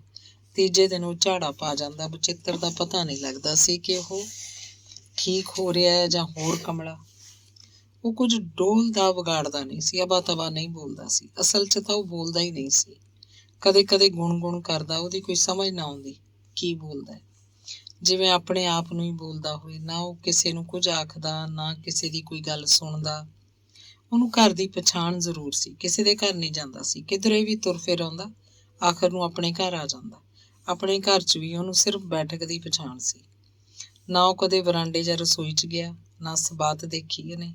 ਉਹਨੂੰ ਕੋਈ ਪਤਾ ਨਹੀਂ ਸੀ ਕਿ ਘਰ 'ਚ ਗੁਰਮੀਤ ਕੌਰ ਕਿੱਥੇ ਪਈ ਬੈਠੀ ਹੈ। ਉਹਦੇ ਵੱਲ ਝਾਕਦਾ ਵੀ ਨਹੀਂ ਸੀ। ਨਾ ਉਹਨੂੰ ਬਸ਼ੀਰੇ ਦੀ ਕੋਈ ਪਛਾਣ ਰਹਿ ਗਈ ਸੀ। ਗੁਰਮੀਤ ਕੌਰ ਉਹਨੂੰ 2 ਵੇਲੇ ਚਾਹ ਦਿੰਦੀ, 2 ਵੇਲੇ ਰੋਟੀ। ਜਿੰਨੀ ਚਾਹ ਦਿੰਦੀ ਉਹ ਪੀ ਲੈਂਦਾ। ਥਾਲੀ 'ਚ ਦਾਲ ਸਬਜ਼ੀ ਨਾਲ ਜਿੰਨੀਆਂ ਵੀ ਰੋਟੀਆਂ ਉਹ ਰੱਖਦੀ, ਉਹ ਸਾਰੀਆਂ ਖਾ ਜਾਂਦਾ। 5 ਰੱਖਦੀ ਤਾਂ ਵੀ ਸਾਰੀਆਂ ਖਾ ਜਾਂਦਾ, 2 ਰੱਖਦੀ ਤਾਂ ਵੀ ਸਾਰ ਲੈਂਦਾ। ਨਾ ਉਹ ਰੋਟੀ ਮੰਗਦਾ, ਨਾ ਕੋਈ ਰੋਟੀ ਅਣਖਾਧੀ ਛੱਡਦਾ। ਗੁਰਮੀਤ ਕੌਰ ਦੇ ਘਰ ਲਈ ਉਹ ਕੋਈ ਮੁਸੀਬਤ ਨਹੀਂ ਸੀ। ਕਿੱਧਰੋਂ ਉਹਦੇ ਹੱਥ ਇੱਕ ਛੋਟਾ ਬਸਤਾ ਜਿਹਾ ਆ ਗਿਆ ਸੀ। ਉਹ ਚਿੱਟੇ ਕੱਪੜੇ ਦਾ ਮੈਲਾ ਕੁਚਾਲਾ ਬਸਤਾ ਸੀ, ਸਕੂਲ ਦੇ ਵਿਦਿਆਰਥੀਆਂ ਵਾਂਗ ਹੀ ਬੰਨਿਆ ਹੋਇਆ। ਬਚਿੱਤਰ ਹਰ ਵੇਲੇ ਇਸ ਬਸਤੇ ਨੂੰ ਆਪਣੇ ਨਾਲ ਰੱਖਦਾ। ਉਹ ਹੁਣ ਬਹੁਤਾ ਕਰਕੇ ਪਿਰਥੀ ਦਾਸ ਦੇ ਡੇਰੇ ਜਾਂਦਾ। ਡੇਰੇ ਜਾ ਕੇ ਨਿੰਮ ਥੱਲੇ ਬਹਿ ਜਾਂਦਾ, ਬਸਤਾ ਖੋਲ੍ਹ ਲੈਂਦਾ, ਵਿੱਚੋਂ ਇੱਕ ਕਾਪੀ ਕੱਢ ਕੇ ਉਹਦੇ 'ਤੇ ਨਿੱਕੀ ਪੈਨਸਿਲ ਨਾਲ ਕੁਝ ਲਿਖਣ ਦੀ ਕੋਸ਼ਿਸ਼ ਕਰਦਾ। ਉਹਦੇ ਕੋਲੋਂ ਕੁਝ ਲਿਖਿਆ ਤਾਂ ਜਾਂਦਾ ਨਹੀਂ ਸੀ। ਪੈਨਸਿਲ ਨੂੰ ਬੁੱਲ੍ਹਾਂ ਨਾਲ ਲਾ ਕੇ ਬਸ ਕੁਝ ਸੋਚਦਾ ਰਹਿੰਦਾ। ਜਦੋਂ ਕੋਈ ਉਹਦੇ ਨੇੜੇ ਜਾਂਦਾ ਤਾਂ ਝਟਪਟ ਕਾਪੀ ਬੰਦ ਕਰ ਦਿੰਦਾ ਸੀ, ਬਸਤਾ ਬੰਨਣ ਲੱਗਦਾ। ਬਸਤੇ 'ਚ ਕੋਈ ਕਿਤਾਬ ਵੀ ਸੀ, ਇਹ ਕਿਸੇ ਛੋਟੀ ਜਮਾਤ ਦੀ ਕਿਤਾਬ ਹੋਏਗੀ। ਕਦੇ ਉਹ ਨਿੰਮ ਥੱਲੇ ਬੈਠਾ ਇਹ ਕਿਤਾਬ ਪੜ੍ਹਨ ਦਾ ਦ੍ਰਿਸ਼ ਪੇਸ਼ ਕਰ ਰਿਹਾ ਹੁੰਦਾ। ਉਹਦੇ ਬੁੱਲ੍ਹ ਫਰਕਦੇ ਦਿਸਦੇ, ਜਿਵੇਂ ਸੱਚਮੁੱਚ ਪੜ੍ਹ ਰਿਹਾ ਹੋਵੇ। ਉਹ ਇਸ ਬਸਤੇ ਦਾ ਵਸਾਹ ਨਹੀਂ ਖਾਂਦਾ ਸੀ। ਸੌਣ ਵੇਲੇ ਸਿਰਹਾਣੇ ਥੱਲੇ ਰੱਖ ਲੈਂਦਾ। ਤੁਰਿਆ ਜਾਂਦਾ ਹੁੰਦਾ ਤਾਂ ਬਸਤੇ ਨੂੰ ਸਵਾਰ ਕੇ ਬੰਨ੍ਹ ਕੇ ਮੋਢੇ 'ਤੇ ਰੱਖ ਲੈਂਦਾ। ਬਸਤੇ ਨੂੰ ਹੱਥ ਪਾ ਕੇ ਰੱਖਦਾ, ਜਿਵੇਂ ਇਹ ਕੋਈ ਬਹੁਤ ਕੀਮਤੀ ਚੀਜ਼ ਹੋਵੇ। ਗੁਰਮੀਤ ਕੌਰ ਸਵੇਰੇ ਸਵੇਰੇ ਉਹਨੂੰ ਚਾਹ ਦਿੰਦੀ, ਜਦੋਂ ਆਪ ਪੀਂਦੇ। ਚਾਹ ਪੀ ਕੇ ਉਹ ਆਪਣਾ ਬਸਤਾ ਚੁੱਕਦਾ, ਡੇਰੇ ਨੂੰ ਤੁਰ ਪੈਂਦਾ। ਪਤਾ ਨਹੀਂ ਉਹ ਕਿਹੜੇ ਵੇਲੇ ਜੰਗਲ ਪਾਣੀ ਹੁੰਦਾ ਜਾਂ ਹੱਥ ਧੋਂਦਾ। ਡੇਰੇ ਵਾਲੇ ਟੋਭੇ 'ਤੇ ਹੱਥ ਧੋਂਦਾ ਹੋਏਗਾ, ਇਹ ਵੀ ਕੀ ਪਤਾ ਕਿ ਜੰਗਲ ਵਾਲੇ ਹੱਥ ਧੋਂਦਾ ਸੀ ਜਾਂ ਨਹੀਂ ਧੋਂਦਾ ਸੀ। ਦੁਪਹਿਰੇ ਜੇ ਘਰ ਆ ਵੜਦਾ, ਉਹਨੂੰ ਰੋਟੀ ਦੇ ਦਿੰਦੀ। ਰੋਟੀ ਖਾ ਕੇ ਉਹ ਸੌਂ ਜਾਂਦਾ, ਜਾਂ ਕਦੇ ਰੋਟੀ ਖਾ ਕੇ ਡੇਰੇ ਨੂੰ ਹੀ ਫੇਰ ਮੁੜ ਜਾਂਦਾ। ਆਥਣ ਦੇ ਡੇਰੇ ਵਾਲੇ ਦੇ ਦਿੰਦੇ। ਕਦੇ ਉਹ ਪਿਛਲੇ ਪਹਿਰ ਦੀ ਚਾਹ ਘਰ ਆ ਕੇ ਪੀਂਦਾ, ਰਾਤ ਦੀ ਰੋਟੀ ਖਾ ਕੇ ਸੌਂ ਜਾਂਦਾ। ਨਾ ਉਹਦਾ ਕੋਈ ਸੌਣ ਦਾ ਵੇਲਾ ਸੀ, ਨਾ ਉੱਠਣ ਦਾ, ਬਸ ਪੈ ਜਾਂਦਾ। ਜਿਵੇਂ ਅੱਖਾਂ ਮੀਟਦਾ ਤੇ ਰਾਤ ਪੈ ਜਾਂਦੀ, ਤੇ ਅੱਖਾਂ ਖੋਲ੍ਹਦਾ ਦਿਨ ਚੜ੍ਹ ਜਾਂਦਾ। ਉਹ ਹੁਣ ਤਾਂ ਘਰ 'ਚ ਉਹਦੀ ਇੰਨੀ ਹੋਂਦ ਸੀ ਕਿ ਉਹਦੇ ਨਾਂ 10 ਕਿੱਲੇ ਜ਼ਮੀਨ ਸੀ। ਇਸ 10 ਕਿੱਲੇ ਜ਼ਮੀਨ ਕਰਕੇ ਉਹਦਾ ਨਾਮ ਬਣਿਆ ਹੋਇਆ ਸੀ। ਬਖਤੌਰਾ ਮਰਨ ਤੋਂ ਕਈ ਸਾਲ ਪਹਿਲਾਂ ਉਹਦੇ ਨਾਂ ਵਸੀਅਤ ਕਰਵਾ ਗਿਆ ਸੀ। ਉਹਨੂੰ ਡਰ ਸੀ ਕਿ ਉਹਦੇ ਮਰਨ ਬਾਅਦ ਜ਼ਮੀਨ ਕਿਤੇ ਗਿੱਲ ਦੇ ਨਾਂ ਨਾ ਚੜ੍ਹ ਜਾਵੇ। ਜੇ ਵਸੀਅਤ ਨਾ ਹੁੰਦੀ ਤਾਂ ਪੱਕਾ ਸੀ ਅੱਧ ਗੇਲੋ ਉਰਫ ਗੁਰਮੇਲ ਕੌਰ ਨੂੰ ਜਾਂਦਾ। ਗੇਲੋ ਉਂਝ ਹੀ ਇਸ ਘਰ ਤੋਂ ਛੇਕੀ ਹੋਈ ਕੁੜੀ ਸੀ। ਜੋ ਠੀਕ ਵੀ ਹੁੰਦੀ, ਉਹਦਾ ਚੱਜ ਚਾਰ ਚੰਗਾ ਹੁੰਦਾ, ਫੇਰ ਵੀ ਕੌਣ ਜੱਟ ਦਿੰਦਾ ਧੀਆਂ ਨੂੰ ਜ਼ਮੀਨ ਜਾਇਦਾਦ। ਪੁੱਤਾਂ ਦਾ ਹੀ ਸਭ ਕੁਝ ਸਮਝਿਆ ਜਾਂਦਾ ਹੈ। ਜਦ ਬਖਤੌਰਾ ਮਰਿਆ ਤਾਂ ਗੁਰਮੀਤ ਕੌਰ ਨੇ ਤੁਰ ਫਿਰ ਕੇ ਜ਼ਮੀਨ ਬਚਿੱਤਰ ਦੇ ਨਾਂ ਕਰਵਾ ਲਈ। ਪਟਵਾਰੀ ਨੂੰ ਪੈਸੇ ਦਿੱਤੇ, ਤਹਿਸੀਲਦਾਰ ਨੂੰ ਪੈਸੇ ਦਿੱਤੇ, ਪੱਕਾ ਇੰਤਕਾਲ ਹੋ ਗਿਆ। ਪਰ ਇਹ ਭਾਣੇ ਦਾ ਕੀ ਪਤਾ ਸੀ ਕਿ ਜ਼ਮੀਨ ਬਚਿੱਤਰ ਦੇ ਕਿਸੇ ਕੰਮ ਨਹੀਂ ਆਏਗੀ। ਉਹ ਕਮਲਾ ਹੋ ਜਾਏਗਾ ਤੇ ਜ਼ਮੀਨ ਦਾ ਮਹੱਤਵ ਉਹਦੇ ਲਈ ਕੁਝ ਵੀ ਨਹੀਂ ਹੋਏਗਾ। ਇੱਕ ਦਿਨ ਆਥਣ ਤੱਕ ਉਹ ਡੇਰਿਓਂ ਵਾਪਸ ਘਰ ਨਹੀਂ ਆਇਆ। ਉਸ ਦਿਨ ਨਾ ਉਹਨੇ ਦੁਪਹਿਰ ਦੀ ਰੋਟੀ ਖਾਧੀ ਸੀ, ਨਾ ਪਿਛਲੇ ਪਹਿਰ ਦੀ ਚਾਹ। ਉਹਨਾਂ ਨੇ ਸੋਚਿਆ ਰੋਟੀ ਵੀ ਡੇਰੋਂ ਖਾ ਲਈ ਹੋਏਗੀ ਤੇ ਪਿਛਲੇ ਪਹਿਰ ਦੀ ਚਾਹ ਡੇਰੇ ਵਾਲਿਆਂ ਨੇ ਦੇ ਦਿੱਤੀ ਹੋਏਗੀ। ਹਨੇਰਾ ਉਤਰਨ ਲੱਗਿਆ ਤਾਂ ਗੁਰਮੀਤ ਕੌਰ ਨੂੰ ਫਿਕਰ ਹੋਇਆ। ਉਹਨੇ ਬਸ਼ੀਰੇ ਨੂੰ ਭੇਜਿਆ। ਬਚਿੱਤਰ ਤਾਂ ਉਸ ਦਿਨ ਡੇਰੇ ਗਿਆ ਹੀ ਨਹੀਂ ਸੀ, ਪਤਾ ਨਹੀਂ ਕਿੱਥੇ ਸੀ। ਉਹਨੇ ਦਿਮਾਗ ਤੇ ਬੋਝ ਪਾਇਆ, ਜ਼ਰੂਰ ਉਹ ਸੂਏ ਦੇ ਪੁਲ ਤੇ ਬੈਠਾ ਹੋਏਗਾ। ਕਦੇ ਕਦੇ ਉੱਥੇ ਵੀ ਜਾ ਪੈਂਦਾ। ਜਾਂਦਾ ਤਾਂ ਉੱਥੇ ਹੀ ਬੈਠਾ ਰਹਿੰਦਾ। ਉਹਨੀ ਪੈਰੀਂ ਸੂਏ ਦੇ ਰਾਹ ਪੈ ਗਿਆ। ਭਿੰਡੀ ਦਾਸ ਦੀ ਕੁਟੀਆ ਕੋਲ ਇੱਕ ਬੰਦੇ ਨੇ ਦੱਸਿਆ ਵੀ ਕਿ ਉਹਨੇ ਦੁਪਹਿਰੇ ਜਿਹੇ ਬਚਿੱਤਰ ਨੂੰ ਪੁਲ ਉੱਤੇ ਬੈਠਾ ਦੇਖਿਆ ਸੀ। ਲੱਤਾਂ ਥੱਲੇ ਲਮਕਾਈਆਂ ਸੀ, ਕਿਤਾਬ ਪੜ੍ਹ ਰਿਹਾ ਸੀ। ਉਹਦਾ ਬਸਤਾ ਉਹਦੇ ਸੱਜੇ ਹੱਥ ਖੁੱਲ੍ਹਾ ਪਿਆ ਸੀ। ਬਸ਼ੀਰੇ ਨੂੰ ਤਸੱਲੀ ਹੋਈ ਕਿ ਠੀਕ ਹੈ, ਉੱਥੇ ਹੀ ਹੈ, ਹੁਣ ਬਾਹੋਂ ਫੜ ਲਿਆਉਂਦਾ। ਚਾਨਣੀ ਰਾਤ ਵਿੱਚ ਪੁਲ ਉੱਤੇ ਦਰਖਤਾਂ ਦੇ ਭਿਆਨਕ ਪਰਛਾਵੇਂ ਸਨ। ਸੂਏ ਦਾ ਪਾਣੀ ਸ਼ਾਂਤ ਮੁਦਰਾ 'ਚ ਵਹਿ ਰਿਹਾ ਸੀ। ਵਾਤਾਵਰਨ 'ਚ ਬੀਂਡਿਆਂ ਦੀਆਂ ਤਿੱਖੀਆਂ ਆਵਾਜ਼ਾਂ ਸਨ। ਉਹ ਪੁਲ ਉੱਤੇ ਵੀ ਨਹੀਂ ਸੀ। ਉਹਦੇ ਮਨ 'ਚ ਡਰ ਜਾਗਿਆ। ਉਹਦਾ ਬਸਤਾ ਵੀ ਇੱਥੇ ਕਿਤੇ ਨਹੀਂ ਸੀ। ਉਹ ਸਾਰੇ ਪੁਲ ਦੇ ਆਲੇ ਦੁਆਲੇ ਇੱਧਰ ਉੱਧਰ ਘੁੰਮਿਆ। ਬਚਿੱਤਰ ਦੀ ਕੋਈ ਸੋ ਨਹੀਂ ਸੀ। ਕਿਸੇ ਚੀਜ਼ ਨੂੰ ਉਹਦੇ ਪੈਰਾਂ ਦਾ ਠੇਡਾ ਵੱਜਿਆ। ਇਹ ਤਾਂ ਉਹਦਾ ਬਸਤਾ ਸੀ। ਬਸਤਾ ਤਾਂ ਉਹ ਆਪਣੇ ਹੱਥੋਂ ਛੱਡਦਾ ਨਹੀਂ ਹੁੰਦਾ। ਫਿਰ ਆਪ ਉਹ ਕਿੱਥੇ ਹੈ? ਬਸ਼ੀਰੇ ਨੂੰ ਡਾਢੀ ਚਿੰਤਾ ਹੋਈ। ਪਰ ਇਸ ਵਕਤ ਰਾਤ ਪਈ ਤਾਂ ਉਹ ਕੀ ਕਰ ਸਕਦਾ ਸੀ? ਬਸਤਾ ਚੁੱਕ ਕੇ ਉਹ ਨਿਰਾਸ਼ ਪਰੇਸ਼ਾਨ ਘਰ ਨੂੰ ਮੁੜ ਆਇਆ। ਬਿਜਲੀ ਦੇ ਚਾਨਣ 'ਚ ਗੁਰਮੀਤ ਕੌਰ ਤੇ ਬਸ਼ੀਰਾ ਉਹਦਾ ਬਸਤਾ ਖੋਲ ਕੇ ਦੇਖਣ ਲੱਗੇ। ਦੇਖੀ ਵੀ ਜਾਣ, ਮਿੰਨਾ ਹੱਸੀ ਵੀ ਜਾਣ। ਇੱਕ ਸਕੂਲੀ ਕਾਪੀ ਸੀ ਜਿਹਦੇ ਪਹਿਲੇ ਸਫ਼ੇ ਉੱਤੇ ਵਿੰਗੀਆਂ ਟੇਢੀਆਂ ਬੇਮਤਲਬ ਜਿਹੀਆਂ ਲਕੀਰਾਂ ਸਨ। ਪੈਨਸਲ ਦਾ ਛੋਟਾ ਟੋਟਾ ਸੀ ਜਿਹਦਾ ਸਿੱਕਾ ਘੜਿਆ ਹੋਇਆ ਨਹੀਂ ਸੀ। ਦੂਜੀ ਜਮਾਤ ਦੀ ਪੰਜਾਬੀ ਦੀ ਕਿਤਾਬ ਸੀ। ਇੱਕ ਪੁਰਾਣੀ ਕਿਤਾਬ ਸੀ, ਕਈ ਮੁੰਡਿਆਂ ਦੀ, ਪੜ੍ਹ ਸਾਲੋ ਸਾਲ ਗਾਂਹ ਤੋਰੀ ਹੋਈ। ਇਸ ਵਿੱਚ ਥਾਂ ਕਾਲੀ ਸਿਆਹੀ ਦੇ ਭੱਦੇ ਨਿਸ਼ਾਨ ਸੀ। ਕਾਪੀ ਤੇ ਕਿਤਾਬ ਥੱਲੇ ਪੁਰਾਣੀ ਧਰਾਣੀ ਟੀਨ ਦੀ ਸਲੇਟ ਸੀ। ਇਹ ਬਸਤਾ ਕੀ ਸੀ? ਕੁਝ ਵੀ ਨਹੀਂ ਸੀ। ਕਿਉਂ ਹਰ ਵੇਲੇ ਇਸ ਬਸਤੇ ਨਾਲ ਚਿੰਬੜਿਆ ਰਹਿੰਦਾ ਸੀ? ਉਹ ਸਮਝ ਨਾ ਸਕੇ। ਕੋਈ ਵੀ ਰਹੱਸ ਉਹਨਾਂ ਦੇ ਪੱਲੇ ਨਹੀਂ ਪੈ ਰਿਹਾ ਸੀ। ਚੱਠਿਆਂ ਤੋਂ ਕੋਈ 20-22 ਮੀਲ ਦੂਰ ਜਾ ਕੇ 3-4 ਦਿਨਾਂ ਬਾਅਦ ਮੋੜੀਆਂ ਵਿੱਚ ਫਸੀ ਬਚਿੱਤਰ ਦੀ ਗਲੀ ਸੜੀ ਲਾਸ਼ ਮਿਲੀ। ਪੁਲਿਸ ਨੂੰ ਮਿਲ ਕੇ ਪਿੰਡ ਦੇ ਲੋਕ ਉਹਦੀ ਲਾਸ਼ ਚੁੱਕ ਲਿਆਏ ਤੇ ਦਾਹ ਸੰਸਕਾਰ ਕਰ ਦਿੱਤਾ। ਨਿਮਾਣੇ ਦਾ ਕਿਧਰੇ ਕੋਈ ਸੋਗ ਨਹੀਂ ਸੀ, ਕੋਈ ਅਫਸੋਸ ਨਹੀਂ ਸੀ। ਤੇ ਫਿਰ ਜ਼ਮੀਨ ਦਾ ਇੰਤਕਾਲ ਗੁਰਮੀਤ ਕੌਰ ਦੇ ਨਾਂ ਹੋ ਗਿਆ। ਅੰਗ 43ਵਾਂ। ਗੇਲੋ ਦੀ ਗੋਦੀ 2 ਸਾਲ ਦੀ ਕੁੜੀ ਸੀ। ਮੁੜ ਕੇ ਜਵਾਕ ਨਹੀਂ ਹੋਇਆ। ਕੁੜੀ 4 ਸਾਲ ਦੀ ਹੋਈ ਤਾਂ ਦਿਆ ਕੌਰ ਬਹੂ ਦਾ ਇਲਾਜ ਕਰਾਉਣ ਲੱਗੀ। ਪਹਿਲਾਂ 1 ਸਾਲ ਤਾਂ ਨੂੰਹ ਸੱਸ ਭੁੱਚੋ ਮੰਡੀ ਫਿਰਦੀਆਂ ਰਹੀਆਂ। ਉੱਥੇ ਇੱਕ ਸਿਆਣੀ ਬੁੜੀ ਸੀ। ਉਹ ਗੇਲੋ ਦਾ ਢਿੱਡ ਮਲਦੀ, ਪੀਣ ਨੂੰ ਕਾੜੇ ਦੱਸਦੀ। ਬੁੜੀ ਨੇ ਕਈ ਪਰਹੇਜ਼ ਵੀ ਦੱਸੇ ਸਨ। ਉਹਨੇ 2 ਵਾਰੀ ਜਗਰੂਪ ਨੂੰ ਵੀ ਸੱਦਿਆ ਸੀ। ਅੱਖਾਂ 'ਚ ਉਹਦੀ ਨਿਰਖ ਪਰਖ ਕੀਤੀ।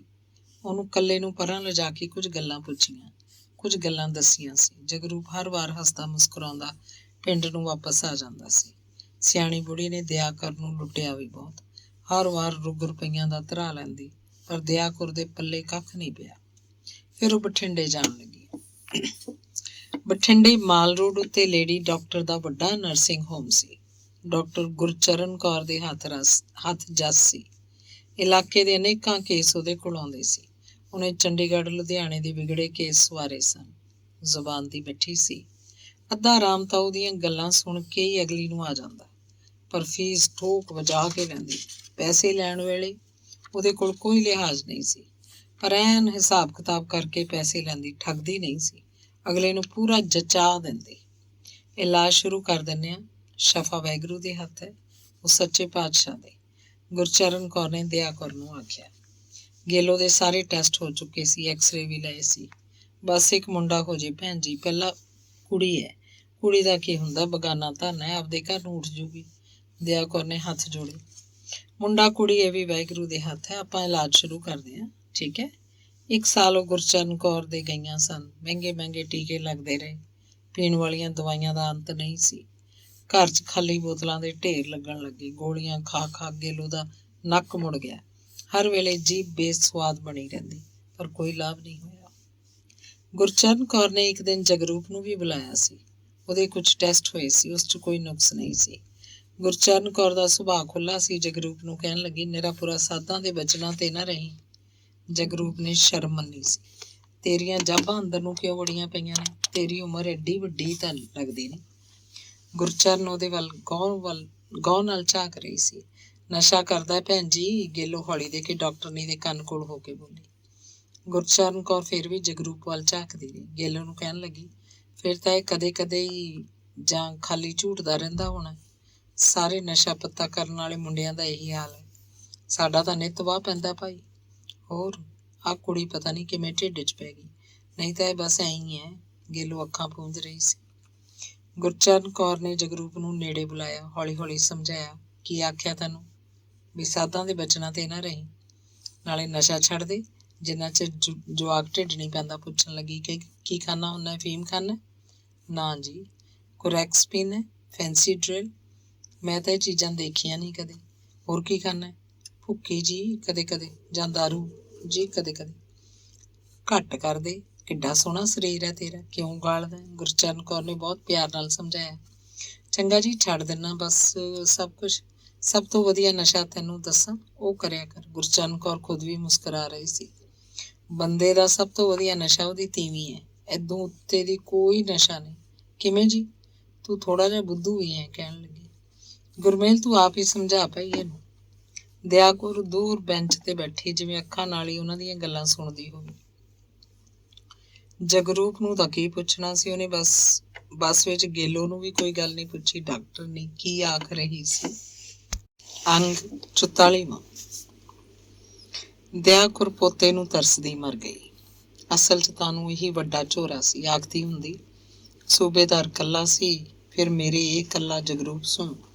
ਰੱਬ ਇੱਕੋ ਪੁੱਤ ਦੇ ਦਿੰਦਾ, ਬਹੂ ਨੂੰ ਤਾਂ ਗਾਹਾਂ ਧੂਣਾ ਧੁਖਦਾ ਰਹਿ ਜਾਂਦਾ।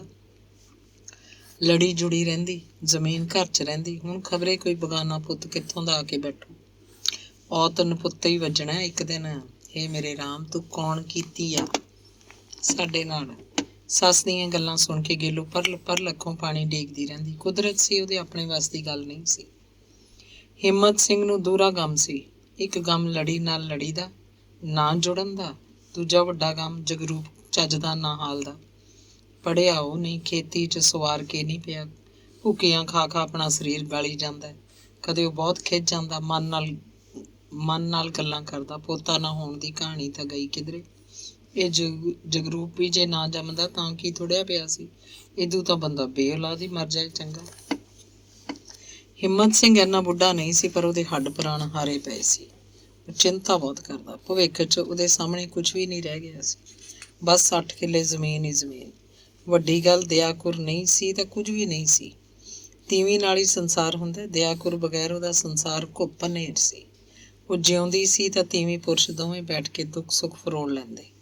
ਹੁਣ ਕਿਹਦੇ ਨਾਲ ਗੱਲ ਕਰੇ ਉਹ? ਜਗਰੂਪ ਉਂਝ ਨਿਕੰਮਾ ਸੀ।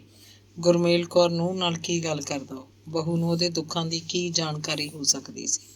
ਤੇ ਫਿਰ ਉਹ ਜਾਣਦਾ ਸੀ ਜਗਰੂਪ ਕਰਕੇ ਬਹੂ ਦਾ ਆਪਣਾ ਦੁੱਖ ਹੀ ਬਹੁਤ ਭਾਰੀ ਸੀ। ਉਹ ਸਹੁਰੇ ਦਾ ਦੁੱਖ ਕਿੱਥੋਂ ਸੁਣਨ ਜੋਗੀ ਸੀ। ਹਿੰਮਤ ਸਿੰਘ ਦਾ ਖੇਤੀ ਦਾ ਕੰਮ ਵਿੱਚ ਵੀ ਹੁਣ ਦਿਲ ਨਹੀਂ ਲੱਗਦਾ ਸੀ। ਸਾਹਮਣੇ ਕੰਮ ਨੂੰ ਹੱਥ ਪਾਉਣ ਤੋਂ ਪਹਿਲਾਂ ਹੀ ਉਹਦੇ ਅੰਗਾਂ 'ਚ ਥਕੇਵਾਂ ਉਤਰ ਆਉਂਦਾ, ਤੇ ਫਿਰ ਕੰਮ ਕਰਦਾ ਉਹ ਸੋਚਦਾ ਰਹਿੰਦਾ ਜਿਵੇਂ ਬਗਾਰ ਦਾ ਕੰਮ ਕਰਦਾ ਹੋਵੇ। ਉਹਦੇ ਲਈ ਇਹ ਕੋਈ ਚਿੰਤਾ ਨਹੀਂ ਰਹਿ ਗਈ ਸੀ ਕਿ ਫਸਲ ਥੋੜ੍ਹੀ ਆਉਂਦੀ ਹੈ ਜਾਂ ਜ਼ਿਆਦਾ ਆਉਂਦੀ ਹੈ, ਮੰਡੀ ਜਾ ਕੇ ਕਣਕ ਝੋਨੇ ਦਾ ਠੀਕ ਮੁੱਲ ਮਿਲਦਾ ਜਾਂ ਨਹੀਂ। ਜੋ ਮਿਲ ਜਾਂਦਾ ਉਹਦੇ ਲਈ ਸਭ ਠੀਕ ਸੀ। ਉਹਨੂੰ ਪਹਿਨਣ ਖਾਣ ਦਾ ਕੋਈ ਦਿਲਚਸਪੀ ਨਹੀਂ ਰਹਿ ਗਈ ਸੀ। ਬਸ ਆਥਣੇ ਸ਼ਰਾਬ ਦੇ ਦੋ ਪੈਗ ਜ਼ਰੂਰ ਮਾਰਦਾ। ਸ਼ਰਾਬ ਕੋਈ ਹੋਵੇ, ਦੇਸੀ ਹੋਵੇ, ਵਿਸਕੀ ਹੋਵੇ, ਘਰ ਦੀ ਕੱਢੀ, ਉਹਦੇ ਲਈ ਕੋਈ ਚੋਣ ਨਹੀਂ ਰਹਿ ਗਈ ਸੀ। ਆਖਦਾ ਹੁੰਦਾ, ਦਾਰੂ ਹੋਵੇ ਕੋਈ ਹੋਵੇ, 2 ਪੈਗ ਪੀ ਕੇ ਬਸ ਸਿਰ ਤੇ ਠਿਕਰਾ ਜਾਂ ਮੁੱਦਾ ਵੱਜ ਜਾਏ। ਉਹਨੇ ਦਿਆ ਕੌਰ ਮਰੀ ਤੋਂ 2 ਸਾਲਾਂ ਬਾਅਦ ਹੀ 8 ਦੀ 8 ਕਿੱਲੇ ਜ਼ਮੀਨ ਨਰੈਣੇ ਕੇ ਬਲਵੰਤ ਨੂੰ ਹਿੱਸੇ ਤੇ ਦੇ ਦਿੱਤੀ। ਬਲਵੰਤ ਜਗਰੂਪ ਦਾ ਮਿੱਤਰ ਵੀ ਸੀ। ਬਚਪਨ 'ਚ ਉਹ ਇਕੱਠੇ ਪੜ੍ਹੇ ਖੇਡੇ ਸੀ। ਦੋਵਾਂ ਦੀ ਪੱਕੀ ਯਾਰੀ ਸੀ, ਮੱਤ ਮਿਲਦੀ ਸੀ। ਫਿਰ ਦੋਹਾਂ ਪਰਿਵਾਰਾਂ ਦਾ ਆਉਣ ਜਾਣ ਸੀ, ਭਾਈਚਾਰਕ ਸਾਂਝ ਸੀ। ਦੁੱਖ ਸੁੱਖ 'ਚ ਇੱਕ ਦੂਜੇ ਦੇ ਸ਼ਰੀਕ ਸੀ। ਵੱਡੀ ਗੱਲ, ਬਲਵੰਤ ਦੇ ਪਿਓ ਚੰਨਣ ਸੂਹ ਦੀ ਭਰਤੀ ਕਰਕੇ ਹੀ ਜਗਰੂਪ ਨੂੰ ਰਿਸ਼ਤਾ ਹੋਇਆ ਸੀ। ਉਹਨੇ ਮੌੜਾਂ ਵਾਲੇ ਤ੍ਰਿਲੋਚਨ ਨਾਲ ਅਜਿਹੀਆਂ ਠੋਕਵੀਆਂ ਗੱਲਾਂ ਕੀਤੀਆਂ ਕਿ ਬਸ ਉਹਨੂੰ ਬੰਨ੍ਹ ਕੇ ਬਿਠਾ ਲਿਆ। ਉਹ ਹਿੱਲਣ ਜੋਗਾ ਨਹੀਂ ਛੱਡਿਆ ਸੀ। ਰੁਪਈਆ ਦੇਣਾ ਮੰਨ ਕੇ ਹੀ ਘਰੋਂ ਨਿਕਲਿਆ। ਹਿੰਮਤ ਸਿੰਘ ਨੇ ਬਲਵੰਤ ਨੂੰ ਆਖੇ ਅੱਧਾ ਕਿੱਲਾ ਕੱਖ ਬਿਜਵਾਏ, ਹਾੜੀ ਵੀ ਤੇ ਸੌਣੀ ਵੀ। ਉਹਨਾਂ ਦੇ ਘਰ ਇੱਕ ਮੈਂਸ ਹਮੇਸ਼ਾ ਰਹਿੰਦੀ, ਬਾਕੀ ਸਭ ਡੰਗਰ ਪਸ਼ੂ ਵੇਚਦੇ। ਹਲ ਵਾਹੀ ਦਾ ਸੰਦ ਸੰਦੌੜਾ ਵੀ ਵਿਕਣ ਲੱਗਿਆ। ਸੂਬੇਦਾਰ ਤਾਂ ਉਂਝ ਵੀ ਦੂਜਿਆਂ ਨੂੰ ਚੀਜ਼ਾਂ ਫੜਾਉਂਦਾ ਜਾਂਦਾ ਸੀ। ਖਿੱਝ ਕੇ ਖੇਤੀ ਦੀਆਂ ਚੀਜ਼ਾਂ ਘਰੋਂ ਬਾਹਰ ਕਰੀ ਜਾਂਦਾ। ਆਖਦਾ, ਇਹ ਮਾਏ ਹਵਾ ਜੂਪੜਾ ਕਿਹੜੇ ਕਰੂਗਾ ਕਮਾਂਦੜੇ। ਇੱਕ ਦਿਨ ਤਾਂ ਇਸ ਘਰ ਨੇ ਉੱਜੜਨਾ ਹੀ ਹੈ। ਇੱਥੇ ਗਧੇ ਲਿਟਣਗੇ, ਗਧੇ।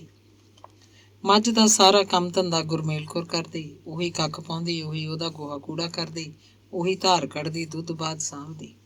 ਜਿਸ ਸਾਲ ਹਿੰਮਤ ਸਿੰਘ ਨੇ ਵਾਹੀ ਛੱਡਤੀ, ਉਸੇ ਸਾਲ ਉਹਨੇ ਸੀਤੇ ਦਲਿਤ ਨੂੰ ਕੰਮ ਤੋਂ ਹਟਾ ਦਿੱਤਾ। ਹੁਣ ਉਹਦੀ ਕੋਈ ਜ਼ਰੂਰਤ ਨਹੀਂ ਸੀ। ਇਸ ਘਰ 'ਚ 12-13 ਸਾਲ ਦਾ ਇੱਕ ਨਵਾਂ ਮੁੰਡਾ ਰੱਖ ਲਿਆ। ਕੀਤੂ ਖੇਤਾਂ 'ਚ ਮੱਝ ਨੂੰ ਚਾਰ ਕੇ ਲਿਆਉਂਦਾ ਸੀ। ਚਾਰ ਕੇ ਕੀ ਲਿਆਉਂਦਾ, ਬਸ ਉਹਨੂੰ ਫੇਰ ਤੋਰ ਲਿਆਉਂਦਾ। ਮੱਝ ਦੇ ਹੱਡ ਪੈਰ ਮੋਕਲੇ ਹੋ ਜਾਂਦੇ, ਫਿਰ ਤੁਰ ਕੇ ਉਹ ਘਰ ਦਾ ਨੀਰਾ ਦਾਣਾ ਚੰਗਾ ਖਾਂਦੀ, ਚੰਗਾ ਦੁੱਧ ਦਿੰਦੀ। ਜਗਰੂਪ ਪਹਿਲਾਂ ਵੀ ਕੰਮ ਦਾ ਡੱਕਾ ਨਹੀਂ ਤੋੜਦਾ ਸੀ। ਜਦੋਂ ਵਾਹੀ ਛੱਡਤੀ ਫਿਰ ਤਾਂ ਜਮਾਂ ਹੀ ਲੰਡੇ ਚੌਰ ਦਾ ਹੋ ਗਿਆ। ਹਿੰਮਤ ਸਿੰਘ ਹੋਰ ਵੀ ਦੁਖੀ ਰਹਿਣ ਲੱਗਿਆ। ਖੇਤੀ ਛੱਡੀ ਨੂੰ 3 ਸਾਲ ਹੋ ਗਏ। ਹਿੰਮਤ ਸਿੰਘ ਵੀ ਚਲਾਣਾ ਕਰ ਗਿਆ।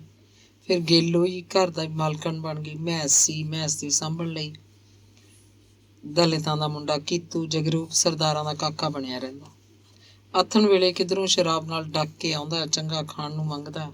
ਦਾਲ ਸਬਜ਼ੀ ਸਵਾਦ ਨਾ ਲੱਗਦੀ ਤਾਂ ਰੋਟੀ ਦੀ ਥਾਲੀ ਵਗਾ ਕੇ ਕੰਧ ਨਾਲ ਮਾਰਦਾ। ਗੇਲੋ ਨੂੰ ਕੁੱਟਣ ਲੱਗਦਾ। ਮਨਪ੍ਰੀਤ ਚੰਗਿਆੜਾ ਮਾਰਦੀ। ਕਦੇ ਕਦੇ ਉਹ ਕੁੜੀ ਦੇ ਵੀ 2 ਲਾ ਦਿੰਦਾ। ਦਿਨ ਛਿਪੇ ਇਹ ਉਹਨਾਂ ਦੇ ਘਰ ਨਿੱਤ ਦਾ ਕੰਜਰਖਾਨਾ ਸੀ। ਫਿਰ ਉਹ ਆਥਣੇ ਨਿੱਤ ਗੇਲੋ ਤੋਂ ਦਾਰੂ ਖਾਤਰ ਪੈਸੇ ਮੰਗਦਾ। ਨਾ ਦਿੰਦੀ ਤਾਂ ਬੋਲਣ ਲੱਗ ਪੈਂਦਾ। ਬੋਲਦਾ, ਗੁੱਸੇ ਹੁੰਦਾ, ਉਹਨੂੰ ਕੁੱਟ ਧਰਦਾ। ਨਿੱਤ ਹੱਡ ਤੜਵਾਉਣ ਨਾਲੋਂ ਉਹਨੂੰ ਥੋੜ੍ਹੇ ਘਣੇ ਪੈਸੇ ਦੇ ਦਿੰਦੀ। ਪੈਸਿਆਂ ਦੀ ਤੰਗੀ ਕਰਕੇ ਮੈਂਸ ਦਾ ਦੁੱਧ ਵੇਚਣ ਲੱਗ ਪਈ। ਕਦੇ ਕਦੇ ਜਗਰੂਪ ਢੋਲ ਵਾਲੇ ਤੋਂ ਸਿੱਧੇ ਹੀ ਪੈਸੇ ਫੜ ਲੈਂਦਾ। ਤੜਕੇ ਫੀਮ ਖਾਧੇ ਬਗੈਰ ਜਗਰੂਪ ਤੋਂ ਮੰਜੇ 'ਚੋਂ ਉੱਠਿਆ ਨਹੀਂ ਸੀ ਜਾਂਦਾ। ਉਹ ਸਵੇਰੇ ਜਾਗਣ ਸਾਰ ਪਹਿਲਾਂ ਪਾਣੀ ਦਾ ਗਲਾਸ ਮੰਗਦਾ ਤੇ ਫੀਮ ਦੀ ਗੋਲੀ। ਗੋਲੀ ਦਾ ਆਕਾਰ ਦਿਨੋਂ ਦਿਨ ਵੱਧ ਰਿਹਾ ਸੀ। ਗੇਲੋ ਇੱਕੋ ਜਿਹੀਆਂ ਗੋਲੀਆਂ ਬਣਾ ਕੇ ਡੱਬੀ 'ਚ ਰੱਖਦੀ। ਫੀਮ ਘੱਟ ਅਸਰ ਕਰਦੀ ਤਾਂ ਉਹ ਗੇਲੋ ਨੂੰ ਅੱਖਾਂ ਕੱਢਦਾ ਕਿ ਉਹਨੇ ਗੋਲੀਆਂ ਛੋਟੀਆਂ ਕਰਤੀਆਂ। ਕੁੱਟ ਤੋਂ ਡਰਦੀ ਉਹ ਅਗਲੇ ਦਿਨ ਹੀ ਕਿਸੇ ਵਿਹਲੇ ਵੇਲੇ ਬੈਠ ਕੇ ਗੋਲੀਆਂ ਦਾ ਆਕਾਰ ਥੋੜ੍ਹਾ ਵੱਡਾ ਕਰ ਦਿੰਦੀ। ਰੋਟੀ ਵੇਲੇ ਤੱਕ ਫੀਮ ਦਾ ਅਸਰ ਘਟਣ ਲੱਗਦਾ ਤਾਂ ਭੁੱਕੀ ਦੀ ਤਲੀ ਮੂੰਹ 'ਚ ਪਾ ਕੇ ਉੱਤੋਂ ਦੀ ਪਾਣੀ ਪੀਂਦਾ। ਮੂੰਹ 'ਚ ਪਾਈ ਭੁੱਕੀ ਪਾਣੀ ਦੀਆਂ ਘੁੱਟਾਂ ਭਰ ਭਰ ਸਾਰੀ ਸੰਘੋ ਥੱਲੇ ਕਰ ਲੈਂਦਾ। ਭੁੱਕੀ ਦਾ ਅਜਬ ਨਜ਼ਾਰਾ ਸੀ। ਇਹ ਦੁਪਹਿਰ ਦੀ ਰੋਟੀ ਬੜੇ ਸਵਾਦ ਨਾਲ ਖਾਂਦਾ। ਫਿਰ ਮੰਜਾ ਡਾਹ ਕੇ ਬੈਠਕ 'ਚ ਸੌਂ ਜਾਂਦਾ। ਪਿਛਲੇ ਪਹਿਰ ਦੀ ਚਾਹ ਵੇਲੇ ਉੱਠਦਾ ਤਾਂ ਫੀਮ ਦੀ ਛੋਟੀ ਗੋਲੀ ਫੇਰ ਖਾਂਦਾ। ਥੋੜ੍ਹੇ ਚਿਰ ਬਾਅਦ ਉਹਦੇ ਹੱਡ ਜੁੜਦੇ ਤਾਂ ਘਰੋਂ ਬਾਹਰ ਨਿਕਲਣ ਜੋਗਾ ਹੋ ਜਾਂਦਾ। ਆਖਣ ਨੂੰ ਤਾਂ ਗੇਲੋ ਘਰ ਦੀ ਮਾਲਕਣ ਸੀ, ਪਰ ਉਹਦੀ ਕੁੱਤਿਆਂ ਨਾਲੋਂ ਜੂਨ ਬੁਰੀ ਸੀ। ਨਿੱਤ ਜਗਰੂਪ ਉਹਨੂੰ ਮਿੱਟੀ ਦੇ ਡਲਿਆਂ ਵਾਂਗ ਭੰਨ ਸੁੱਟਦਾ। ਉਹਦੀ ਜੇਬ 'ਚ ਪੈਸਾ ਨਹੀਂ ਰਹਿਣ ਦਿੰਦਾ ਸੀ। ਮਨਪ੍ਰੀਤ 4ਥੀ ਜਮਾਤ 'ਚ ਪੜ੍ਹਦੀ ਸੀ। ਦਿਨੋਂ ਦਿਨ ਵੱਡੀ ਹੁੰਦੀ ਜਾ ਰਹੀ ਸੀ। ਉਹਨੂੰ ਕੁੜੀ ਦਾ ਕੋਈ ਚਾਅ ਨਹੀਂ ਸੀ, ਕੋਈ ਫਿਕਰ ਨਹੀਂ ਸੀ। ਕਦੇ ਵੀ ਉਹਨੇ ਕੁੜੀ ਨਾਲ ਪਿਓਾਂ ਵਾਂਗ ਲਾਡ ਪਿਆਰ ਨਹੀਂ ਕੀਤਾ। ਕਿੰਨੇ ਮਹੀਨਿਆਂ ਤੋਂ ਉਹਨਾਂ ਦੇ ਔਰਤ ਮਰਦ ਵਾਲੇ ਸੰਬੰਧ ਨਹੀਂ ਰਹਿ ਗਏ ਸੀ। ਉਹ ਤਰਸਦੀ ਰਹਿੰਦੀ, ਮਰਦ ਕੀ ਹੁੰਦਾ। ਇਕੱਲੀ ਬੈਠੀ ਵਕਤ ਨੂੰ ਝੂਰਦੀ। ਚੰਦਰੇ ਰਾਮੇ ਨਾਲ ਉਹਦੇ ਸੰਬੰਧ ਨਾ ਬਣਦੇ ਤੇ ਉਹ ਕਾਹਨੂੰ ਇਹਨਾਂ ਮੁਸੀਬਤਾਂ ਨੂੰ ਪਹੁੰਚਦੀ। ਬਥੇਰੀ ਜ਼ਮੀਨ ਸੀ ਉਹਦੇ ਬਾਪ ਕੋਲ। ਉਹ ਕਿਸੇ ਚੰਗੇ ਘਰ ਵਿਆਹੀ ਵਰੀ ਜਾਂਦੀ, ਮੌਜਾਂ ਕਰਦੀ। ਕੋਈ ਮਰਦਾਂ ਜਿਹਾ ਮਰਦ ਹੁੰਦਾ, ਉਹਦੇ ਦਿਨ ਸੁਖਾਲੇ ਨਿਕਲਦੇ। 3 ਦਿਨਾਂ ਤੋਂ ਬਹੁਤ ਹੈਰਾਨ ਸੀ ਕਿ ਜਗਰੂਪ ਨੇ ਉਹ ਤੋਂ ਪੈਸੇ ਨਹੀਂ ਮੰਗੇ। ਉਹ ਆਥਣ ਦੁਪਹਿਰ ਦੀ ਰੋਟੀ ਚੁੱਪ ਕਰਕੇ ਖਾ ਲੈਂਦਾ ਸੀ, ਪਰ ਸ਼ਾਮ ਨੂੰ ਖਾਸਾ ਹਨੇਰਾ ਪਏ ਤੋਂ ਘਰ ਵੜਦਾ। ਉਹਦੀ ਪੂਰੀ ਪੀਤੀ ਹੁੰਦੀ। 3 ਦਿਨਾਂ ਤੋਂ ਹੀ ਬਲਵੰਤ ਉਹਨੂੰ ਘਰ ਤੱਕ ਛੱਡ ਕੇ ਜਾਂਦਾ ਸੀ। ਘਰ ਕੀ, ਵਿਹੜੇ 'ਚ ਮੰਜੇ ਤੇ ਬਿਠਾ ਕੇ ਜਾਂਦਾ। ਆਖਦਾ, ਭਰਜਾਈ ਸਾਂਭ ਆਪਦੇ ਸਰਦਾਰ ਸਾਹਿਬ ਨੂੰ, ਤੇ ਤੁਰ ਜਾਂਦਾ।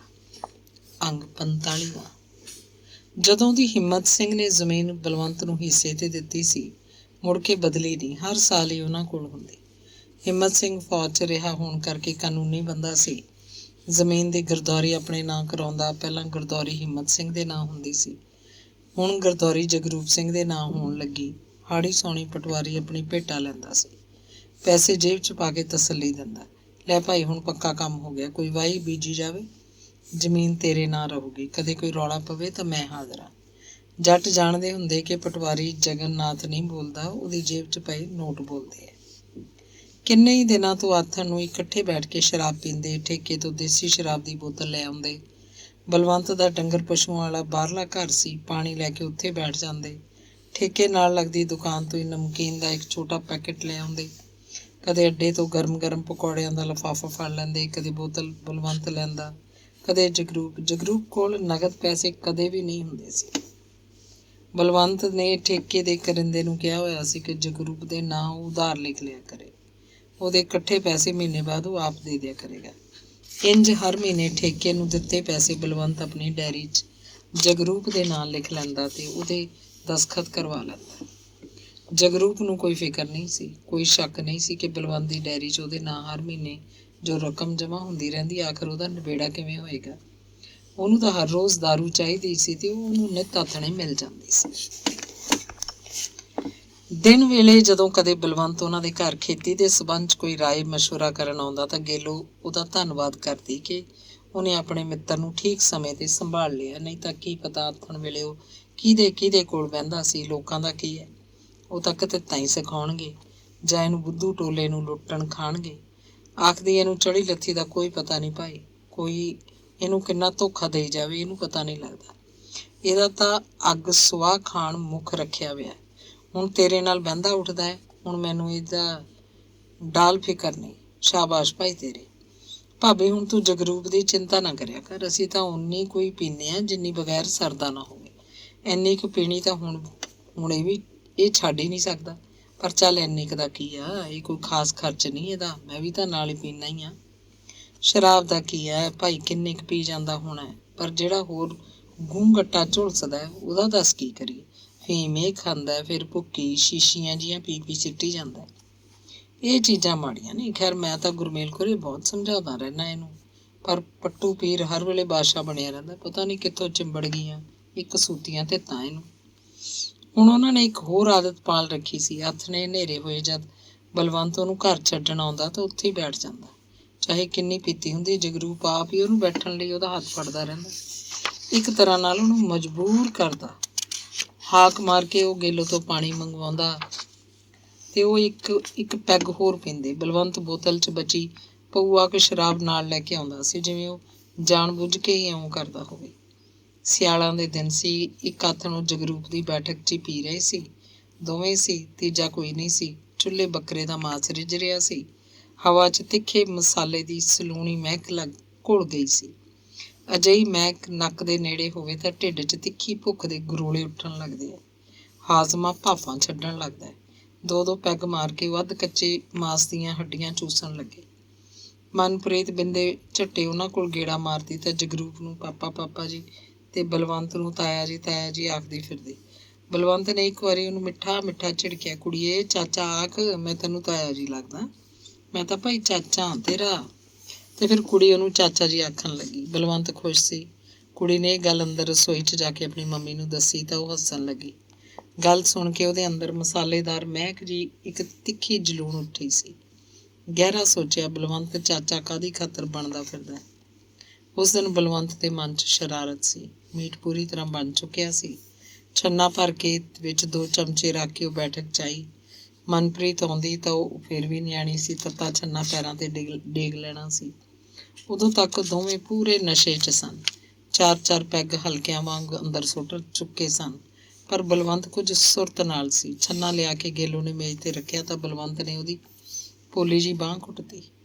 ਉਸ ਵਕਤ ਜਗਰੂਪ ਤਾਂ ਛੱਤ ਵੱਲ ਝਾਕ ਰਿਹਾ ਸੀ। ਬਲਵੰਤ ਨਾਲ ਦੀ ਨਾਲ ਬੋਲਿਆ ਵੀ ਸੀ, ਬਾਹਲੀ ਸੇਵਾ ਜੀ ਕਰਦੀ ਫਿਰਦੀਆਂ ਭਾਬੀ, ਟਿਕ ਕੇ ਬੈਠ ਵੇ ਬੰਦਿਆਂ ਵਾਂਗੂ। ਗੇਲੋ ਨੇ ਉਹਦੇ ਡੋਲੇ ਦਾ ਮਾਸ ਤਿੱਖੀ ਚੂੰਡੀ ਵੱਢ ਕੇ ਜਿਵੇਂ ਖਾ ਲਿਆ ਹੋਵੇ।